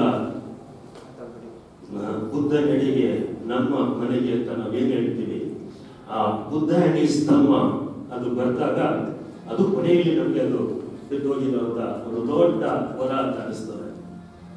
ಅಲ್ಲಿ ದೇವರ ಬಗ್ಗೆ ಒಂದ್ ಸ್ವಲ್ಪ ಸೈಲೆಂಟ್ ಆಗಿರ್ತೀವಿ. ಇವತ್ತು ಬುದ್ಧನ ಕುರಿತಾಗಿ ನಾವು ಒಂದ್ ಸ್ವಲ್ಪ ವೈಭವೋಪೇತ ನೆಲೆಯಲ್ಲಿ ಮಾತಾಡ್ತಾ ಇದೀವಿ, ಹೌದು. ಆದ್ರೆ ಅಂಬೇಡ್ಕರ್ ಅವರು ಬಂದಾಗ ಅಲ್ಲಿನ ಶೋಷಿತ ಸಮಾಜ ಜಾತೀಯತೆಯಿಂದ ಕೂಡಿದಂತ ಸಮಾಜದ ಬಗ್ಗೆ ಕುರಿತಾಗಿ ನಿರ್ದಿಷ್ಟವಾಗಿ ಆಸೆಯ ದುಃಖಕ್ಕೆ ಕಾರಣ ಅಲ್ಲ, ಇಲ್ಲಿನ ಅಸಮಾನತೆಗಳು, ತಾರತಮ್ಯದ ನೆಲೆಗಳು ಅದು ಹೇಗೆ ನಮ್ಮ ದುಃಖವನ್ನ ಇನ್ನಷ್ಟು ಹೆಚ್ಚು ಮಾಡ್ತಾ ಇದ್ದಾರೆ ಅನ್ನೋದ್ರ ಕಡೆ ಅವರು ನಮ್ಮ ಗಮನವನ್ನ ಸೆಳೀತಾ ಹೋಗ್ತಾ ಇರ್ತಾರೆ. ಹಾಗಾಗಿ ನಾವು ತುಂಬಾ ದೊಡ್ಡ ಮಟ್ಟದಲ್ಲಿ ಸಾಧ್ಯತೆಗಳನ್ನ ಸಾರ್ ಹೇಳಿದ ಹಾಗೆ ನಾವು ತುಂಬಾ ಸಾಧನೆ ಮಾಡಿದ್ದೀವಿ, ಹೌದು. ಆದ್ರೆ ಆ ಸಾಧನೆ ತಳಮಟ್ಟದಲ್ಲಿ ನಮ್ಮ ದಲಿತ ಸಮುದಾಯಗಳ ಹೆಣ್ಮಕ್ಳಿಗೆ ಅದು ಸಾಧ್ಯ ಆಗಿದೆಯಾ? ಒಂದಷ್ಟು ನಾವು ಪಬ್ಲಿಕ್ ಸ್ಪೇಸ್ ಅಲ್ಲಿ ಇವತ್ತು ನಮ್ಮನ್ನ ನಾವು ಮೀಸಲಾತಿಯಿಂದ ಗುರುತಿಸ್ಕೊಳ್ತಾ ಇದ್ದೀವಿ, ಹೌದು. ಆದ್ರೆ ಅದರೊಟ್ಟಿಗೆ ತುಂಬಾ ದೊಡ್ಡ ಜವಾಬ್ದಾರಿಗಳು ಇದೆಯಲ್ಲ. ಹಾಗಾದ್ರೆ ನಾವು ಎಲ್ಲಿ ಎಡವಿದ್ದೀವಿ? ಆ ಕಡೆ ನಾವು ಗಮನ ಹರಿಸುವಾಗ ಎರಡು ತುಂಬಾ ಮುಖ್ಯವಾದ ಸಂಗತಿಗಳನ್ನ ನಾನು ನಿಮ್ಮ ಎದುರಿಗೆ ಹೇಳಲಿಕ್ಕೆ ಪ್ರಯತ್ನ ಪಡ್ತೇನೆ. ಒಂದು ಸಾಮಾಜಿಕ ಸ್ವಾತಂತ್ರ್ಯ ಮತ್ತೆ ಆರ್ಥಿಕ ಸ್ವಾತಂತ್ರ್ಯ. ಇದು ದಕ್ಕಿಸಿಕೊಳ್ಳುವ ಬಗೆ ಅಂತ ಹೇಳುವಾಗ ಇಲ್ಲಿ ನಮ್ಮ ಬಾಬಾ ಸಾಹೇಬ್ ಅಂಬೇಡ್ಕರ್ ಅವರ ಕೊಟೇಶನ್ ಸಹ ಓದಿದ್ರು. ಆಕ್ಚುಲಿ ಅದಷ್ಟೇ ಅಲ್ಲ, ಇನ್ನು ಸ್ವಲ್ಪ ಮುಂದಕ್ಕೆ ನಮಗೆ ಬೇಕು. ಆರ್ಟಿಕಲ್ 21 ಬದುಕುವ ಹಕ್ಕನ್ನ ಅದು ಮಂಡಿಸ್ತಾ ಇದೆ. ಈ ಬದುಕುವ ಹಕ್ಕನ್ನು ನಾವು ವಿಸ್ತರಿಸಿಕೊಳ್ಳುವಾಗ ಕಳೆದ ಕೋವಿಡ್ ಸಂದರ್ಭ ಮತ್ತೆ ಈಗ ನಾವೆಲ್ಲ ಪೋಸ್ಟ್ ಕೋವಿಡ್ ಸಂದರ್ಭದಲ್ಲಿ ಇದ್ದೀವಿ. ಜಾಗತಿಕ ಮಟ್ಟದಲ್ಲಿ 2 ಸಂಶೋಧನೆಗಳು ಅಲ್ಲಿ ILO ನಮ್ಮ ಎದುರಿಗೆ ಇತ್ತು. ಆ 2 ಮುಖ್ಯವಾದ ಅಂಶಗಳನ್ನ ನಾನು 2 ಅಷ್ಟೇ ತೆಗೆದುಕೊಂಡು ನಾನು ಮುಂದುವರಿಸಲಿಕ್ಕೆ ಇಷ್ಟಪಡ್ತೀನಿ. ಮೊದಲನೇದು, ಜಗತ್ತಿನಾದ್ಯಂತ 53% ಜನ ತಮ್ಮ ಸಾಮಾಜಿಕ ಭದ್ರತೆಯನ್ನ ಕಳೆದುಕೊಂಡ್ರು ಅಂತ, ಸಾಮಾಜಿಕ ಮತ್ತು ಆರ್ಥಿಕ ಭದ್ರತೆಯನ್ನ ಕಳೆದುಕೊಂಡ್ರು ಅಂತ. ಏನಾಯ್ತು ಅದೇ ಸಂದರ್ಭದಲ್ಲಿ ನಮ್ಗೆಲ್ಲರಿಗೂ ಗೊತ್ತು, ಕೆಲವು ಬಹುರಾಷ್ಟ್ರೀಯ ಕಂಪನಿಗಳು ದೊಡ್ಡ ಮಟ್ಟದಲ್ಲಿ ಲಾಭವನ್ನ ಪಡ್ಕೊಂಡ್ರು ಅದೇ ಕೋವಿಡ್ ಸಂದರ್ಭದಲ್ಲಿ. ಆದ್ರೆ 53% ಜನ ಸಾಮಾಜಿಕ ಮತ್ತು ಆರ್ಥಿಕ ಭದ್ರತೆಯನ್ನು ಕಳ್ಕೊಳ್ಳುವಾಗ ನಮ್ಮ ಭಾರತೀಯ ಸಂದರ್ಭದಲ್ಲಿ ಆ ಸ್ಥಿತಿ ಉತ್ತಮವಾಗಿದ್ದೇನು? ನನ್ನ ಪ್ರಕಾರ ಇರಲಿಲ್ಲ. ಕೋವಿಡ್ ನಂತರದಲ್ಲಿ ಒಂದು ಅಧ್ಯಯನ ನಮಗೆ ತಿಳಿಸ್ತದೆ, 63 ಲಕ್ಷ ಸಣ್ಣ ಕೈಗಾರಿಕೆಗಳು ನೆಲ ಕಚ್ಚಿದ್ವು ಅಂತ. ಹಾಗಾದ್ರೆ ಈ ಕೈಗಾರಿಕೆ ತೊಡಗಿಸಿಕೊಳ್ಳೋದು ಯಾರು? ನಮ್ಮವರೇ ಅಲ್ವಾ? ಹಾಗಾದ್ರೆ ಈ ಕೈಗಾರಿಕೆಗಳನ್ನ ಪೋಸ್ಟ್ ಕೋವಿಡ್ ಸಂದರ್ಭದಲ್ಲಿ ನಾವು ವಿಸ್ತರಿಸಲಿಕ್ಕೆ ಪ್ರಯತ್ನ ಪಡುವ. ನಾನು ಸ್ಟೂಡೆಂಟ್ಸ್ ಒಟ್ಟಿಗೆ ಇದ್ರ ಬಗ್ಗೆ ಮಾತಾಡ್ತಾ ಒಂದು ಅಂಶ ಹೇಳ್ತಾ ಇರ್ತೀನಿ. ಅಲ್ರಿ, ಕೋವಿಡ್ ಬ್ಯಾಚ್ ನವರಾದ ನೀವು ಮನೆಯಲ್ಲೇ ಕುಟ್ಕೊಂಡ್ಬಿಟ್ಟಿದ್ರ, ಹೌದು. ಆದ್ರೆ ಈ ಸಲ ನಮ್ಗೆ ಅಡ್ಮಿಷನ್ಸ್ ಅಲ್ಲಿ ಆ ಪೋಸ್ಟ್ ಕೋವಿಡ್ ನ ವಿದ್ಯಾರ್ಥಿಗಳು ಬಂದಿದ್ರು, ಉಲ್ಲಾಸದಿಂದ ಕುಣಿತಾ ಇರ್ತಾರೆ. ಅವ್ರನ್ನ ನೀವು ಒಳಗಡೆ ಕುಳಿತುಕೊಳ್ಳಿ ಅಂತ ಬಂಧಿಸ್ಲಿಕ್ಕೆ ಆಗೋದಿಲ್ಲ. ಯಾವತ್ತು ಪಬ್ಲಿಕ್ ಸ್ಪೇಸ್ ಹೋಗ್ಲಿಕ್ಕೆ ಕಾತೊರಿತಾ ಇರ್ತಾರೆ, ಕ್ಲಾಸ್ ಯಾವಾಗ ಅಂತ ಕಾಯ್ತಾನೆ ಇರ್ತಾರೆ. ಆ ಸಮಯದಲ್ಲಿ ILO ಇನ್ನೊಂದು ಅಂಶನ ಮಂಡಿಸ್ತದೆ. ಏನು?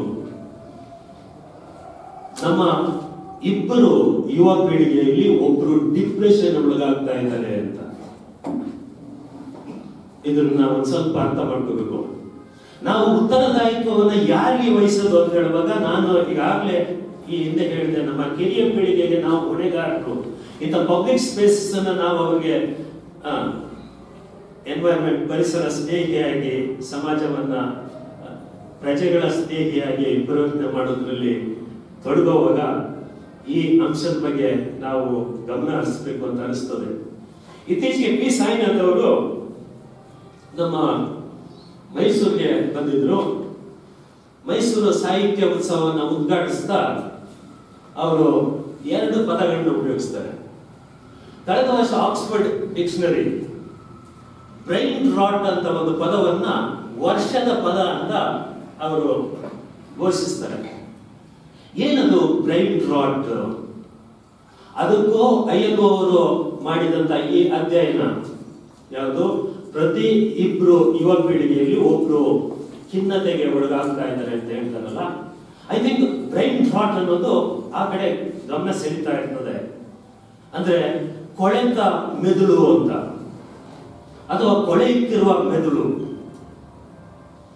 ಬ್ರೈನ್ ರಾಟ್ ಅಂತ ಹೇಳುವಾಗ ಅದನ್ನು ಮಹತ್ ಕಾರ್ಯಗಳಿಗೋಸ್ಕರ ಆಗುತ್ತೆ. ಬ್ರೈನ್ ರಾಟ್ ಏನು ಆಗ್ತಾ ಇಲ್ಲ, ಕ್ಷುಲ್ಲಕ ಕಾರಣಗಳಿಗೋಸ್ಕರ. ಹಾಗಾಗಿ ಈ ಕ್ಷುಲ್ಲಕ ಕಾರಣಗಳು ಎಲ್ಲಿಂದ ಬರ್ತಾ ಇದ್ದಾವೆ? ನೀವು ಸಂಶೋಧನೆಯಲ್ಲಿ ತೊಡಗಿರೋರು ಹೌದು, ಇದಕ್ಕೆ ನಾವು ಪರಿಹಾರವನ್ನು ನಾವು ಕಂಡುಕೊಳ್ಳಲೇಬೇಕಾದ ಜರೂರಿದೆ.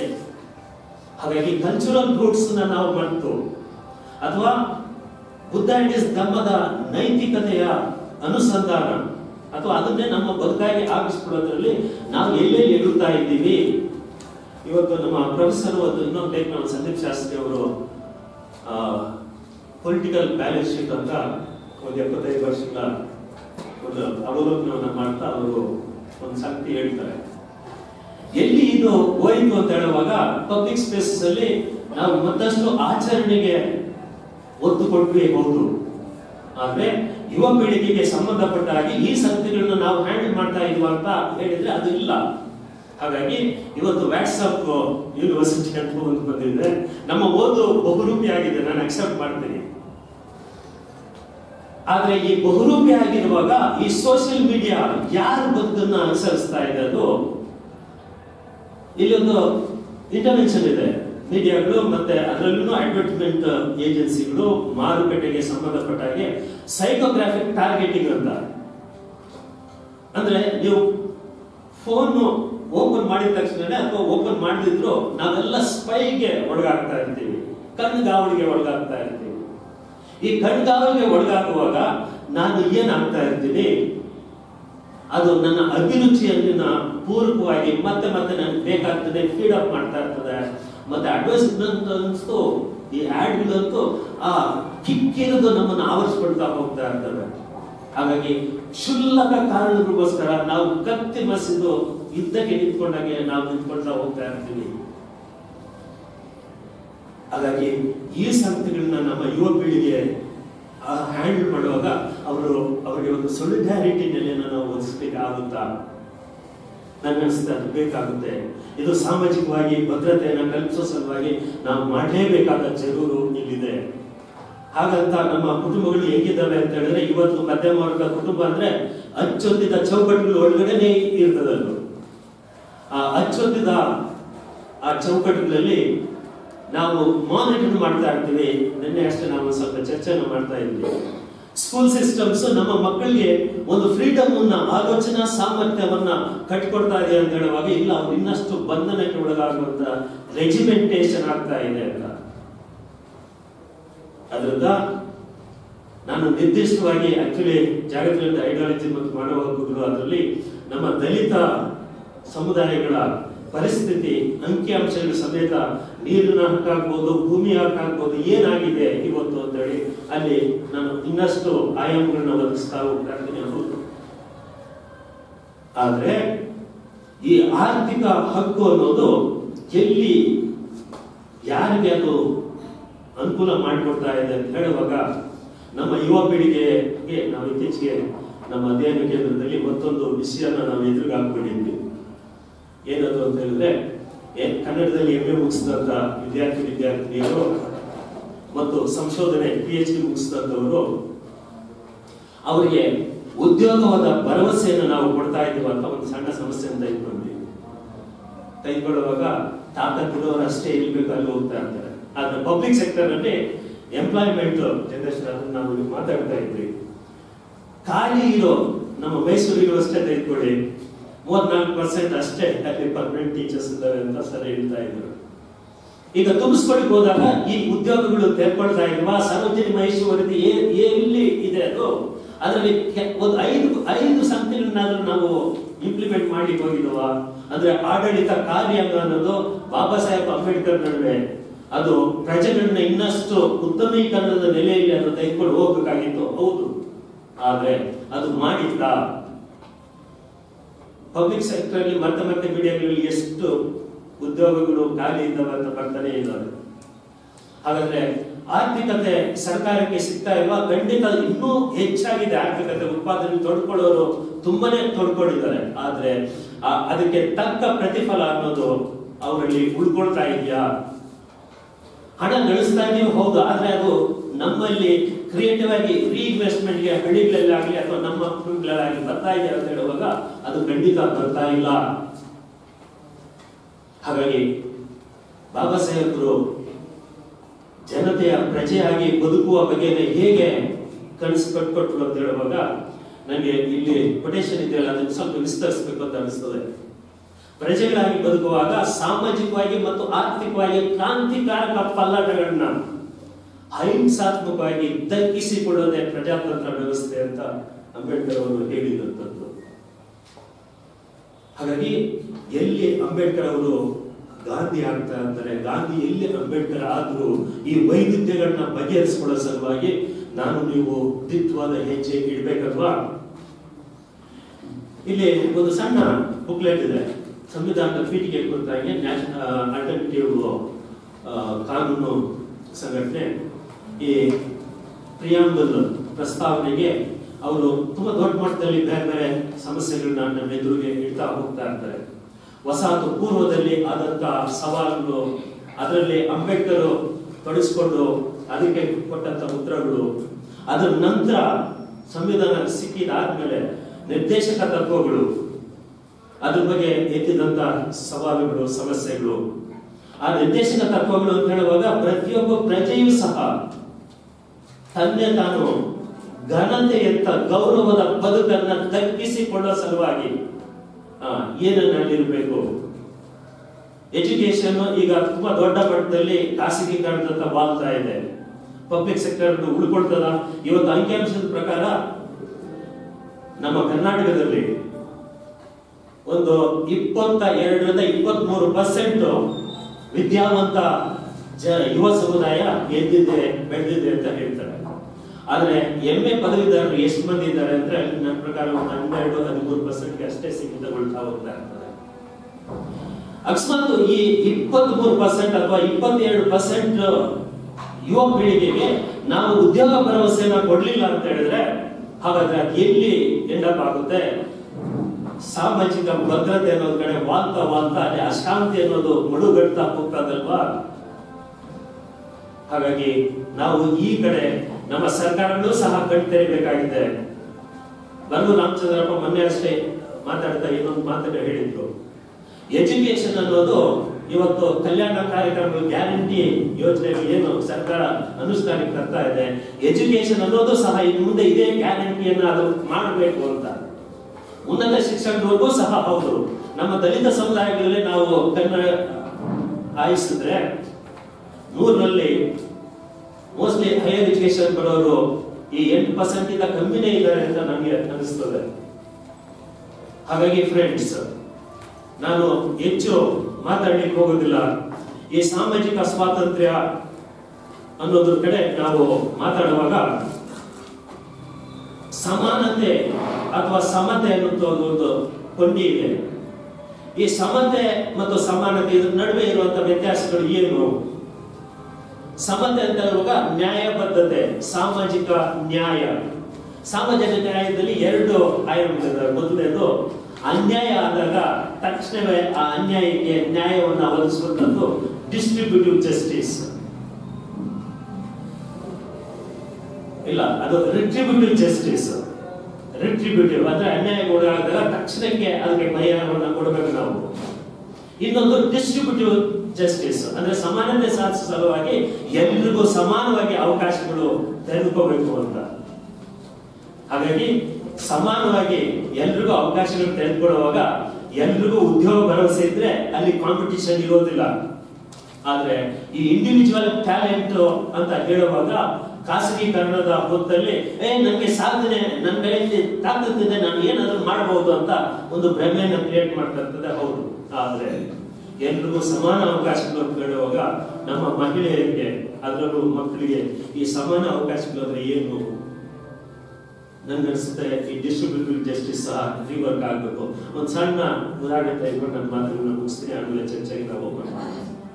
ಏನು ಅಂತ ಹೇಳಿದ್ರೆ, ನಮ್ಮ ಕಾವೇರಿ ನೀರು ಹಂಚಿಕೆಯಲ್ಲಿ ಆದಂತ ಒಂದು ಸಣ್ಣ ವಿಷಯ ಇದು. ತುಂಬಾ ಸಲ ನಾನು ಯೋಚನೆ ಮಾಡ್ತಾ ಇರ್ತೀನಿ, ಇದು ಭೂಮಿ ಇರುವವರ ನಡುವೆ ಮತ್ತು ನಗರಗಳ ನಡುವೆ ನಡೀತಾ ಇರುವಂತ ಒಂದು ಪೈಪೋಟಿ ಅಲ್ವಾ ಹಂಚಿಕೆಗೋಸ್ಕರ ಅಂತ. ಹಾಗಾದ್ರೆ ಇಲ್ಲಿ ಈ ಕಾವೇರಿ ನದಿ ತೀರದಲ್ಲಿ ಬದುಕ್ತಾ ಇರುವಂತ ಕೂಲಿ ಕಾರ್ಮಿಕರು, ಭೂರಹಿತ ಕೃಷಿ ಕೂಲಿ ಕಾರ್ಮಿಕರು, ಅವರಿಗೆ ಈ ನ್ಯಾಚುರಲ್ ರಿಸೋರ್ಸ್ ಅಲ್ಲಿ ತಮ್ಮ ಹಕ್ಕನ್ನ ಮಂಡಿಸ್ಲಿಕ್ಕೆ ಅವ್ರಿಗೆ ಆಗ್ತಾ ಇದೆಯಾ? ಖಂಡಿತ ಸಾಧ್ಯ ಆಗ್ತಾ ಇಲ್ಲ.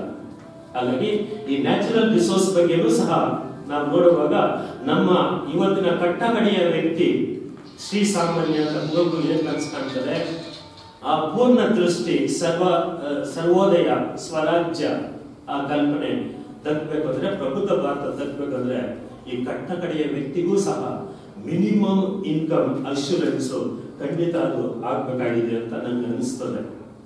ಹಾಗಾಗಿ ಫ್ರೆಂಡ್ಸ್, ನಮಗೆ ಬಾಬಾ ಸಾಹೇಬ್ ಅಂಬೇಡ್ಕರ್ ಅವರು ತುಂಬಾ ಮುಖ್ಯ.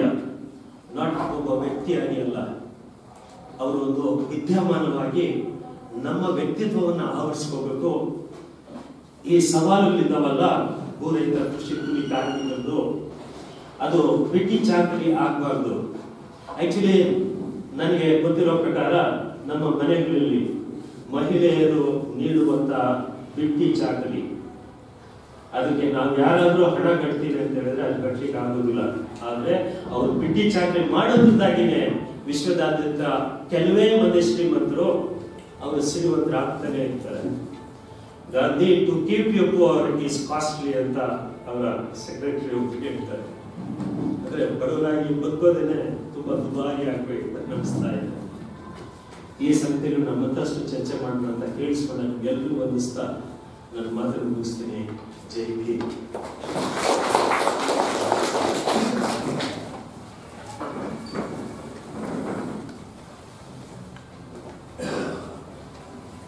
ಗಣರಾಜ್ಯದ ನಡೆ, ಸಂವಿಧಾನದ ಆಶಯದ ಕಡೆ ಎಂಬ ವಿಷಯವನ್ನ ಕುರಿತು ಬಹಳ ಅರ್ಥಪೂರ್ಣವಾಗಿ ಸನ್ನಿವೇಶಗಳಿಗೆ ತಕ್ಕಂತೆ ಅನೇಕ ವಿಚಾರಧಾರೆಗಳನ್ನ ವರ್ತಮಾನ ಕಾಲಕ್ಕೆ ಮುಖಾಮುಖಿ ಮಾಡಿ ಪ್ರಸ್ತುತಪಡಿಸಿದಂತಹ ಪ್ರೊಫೆಸರ್ ಡೊಮಿನಿಕ್ ಸರ್ ಅವರಿಗೆ ನಮ್ಮ ನಿಮ್ಮೆಲ್ಲರ ಪರವಾಗಿ ಧನ್ಯವಾದಗಳನ್ನ ಅರ್ಪಿಸ್ತಾ ಇದ್ದೀನಿ. ಈಗ 15 ನಿಮಿಷಗಳ ಕಾಲ ಮುಕ್ತ ಸಂವಾದ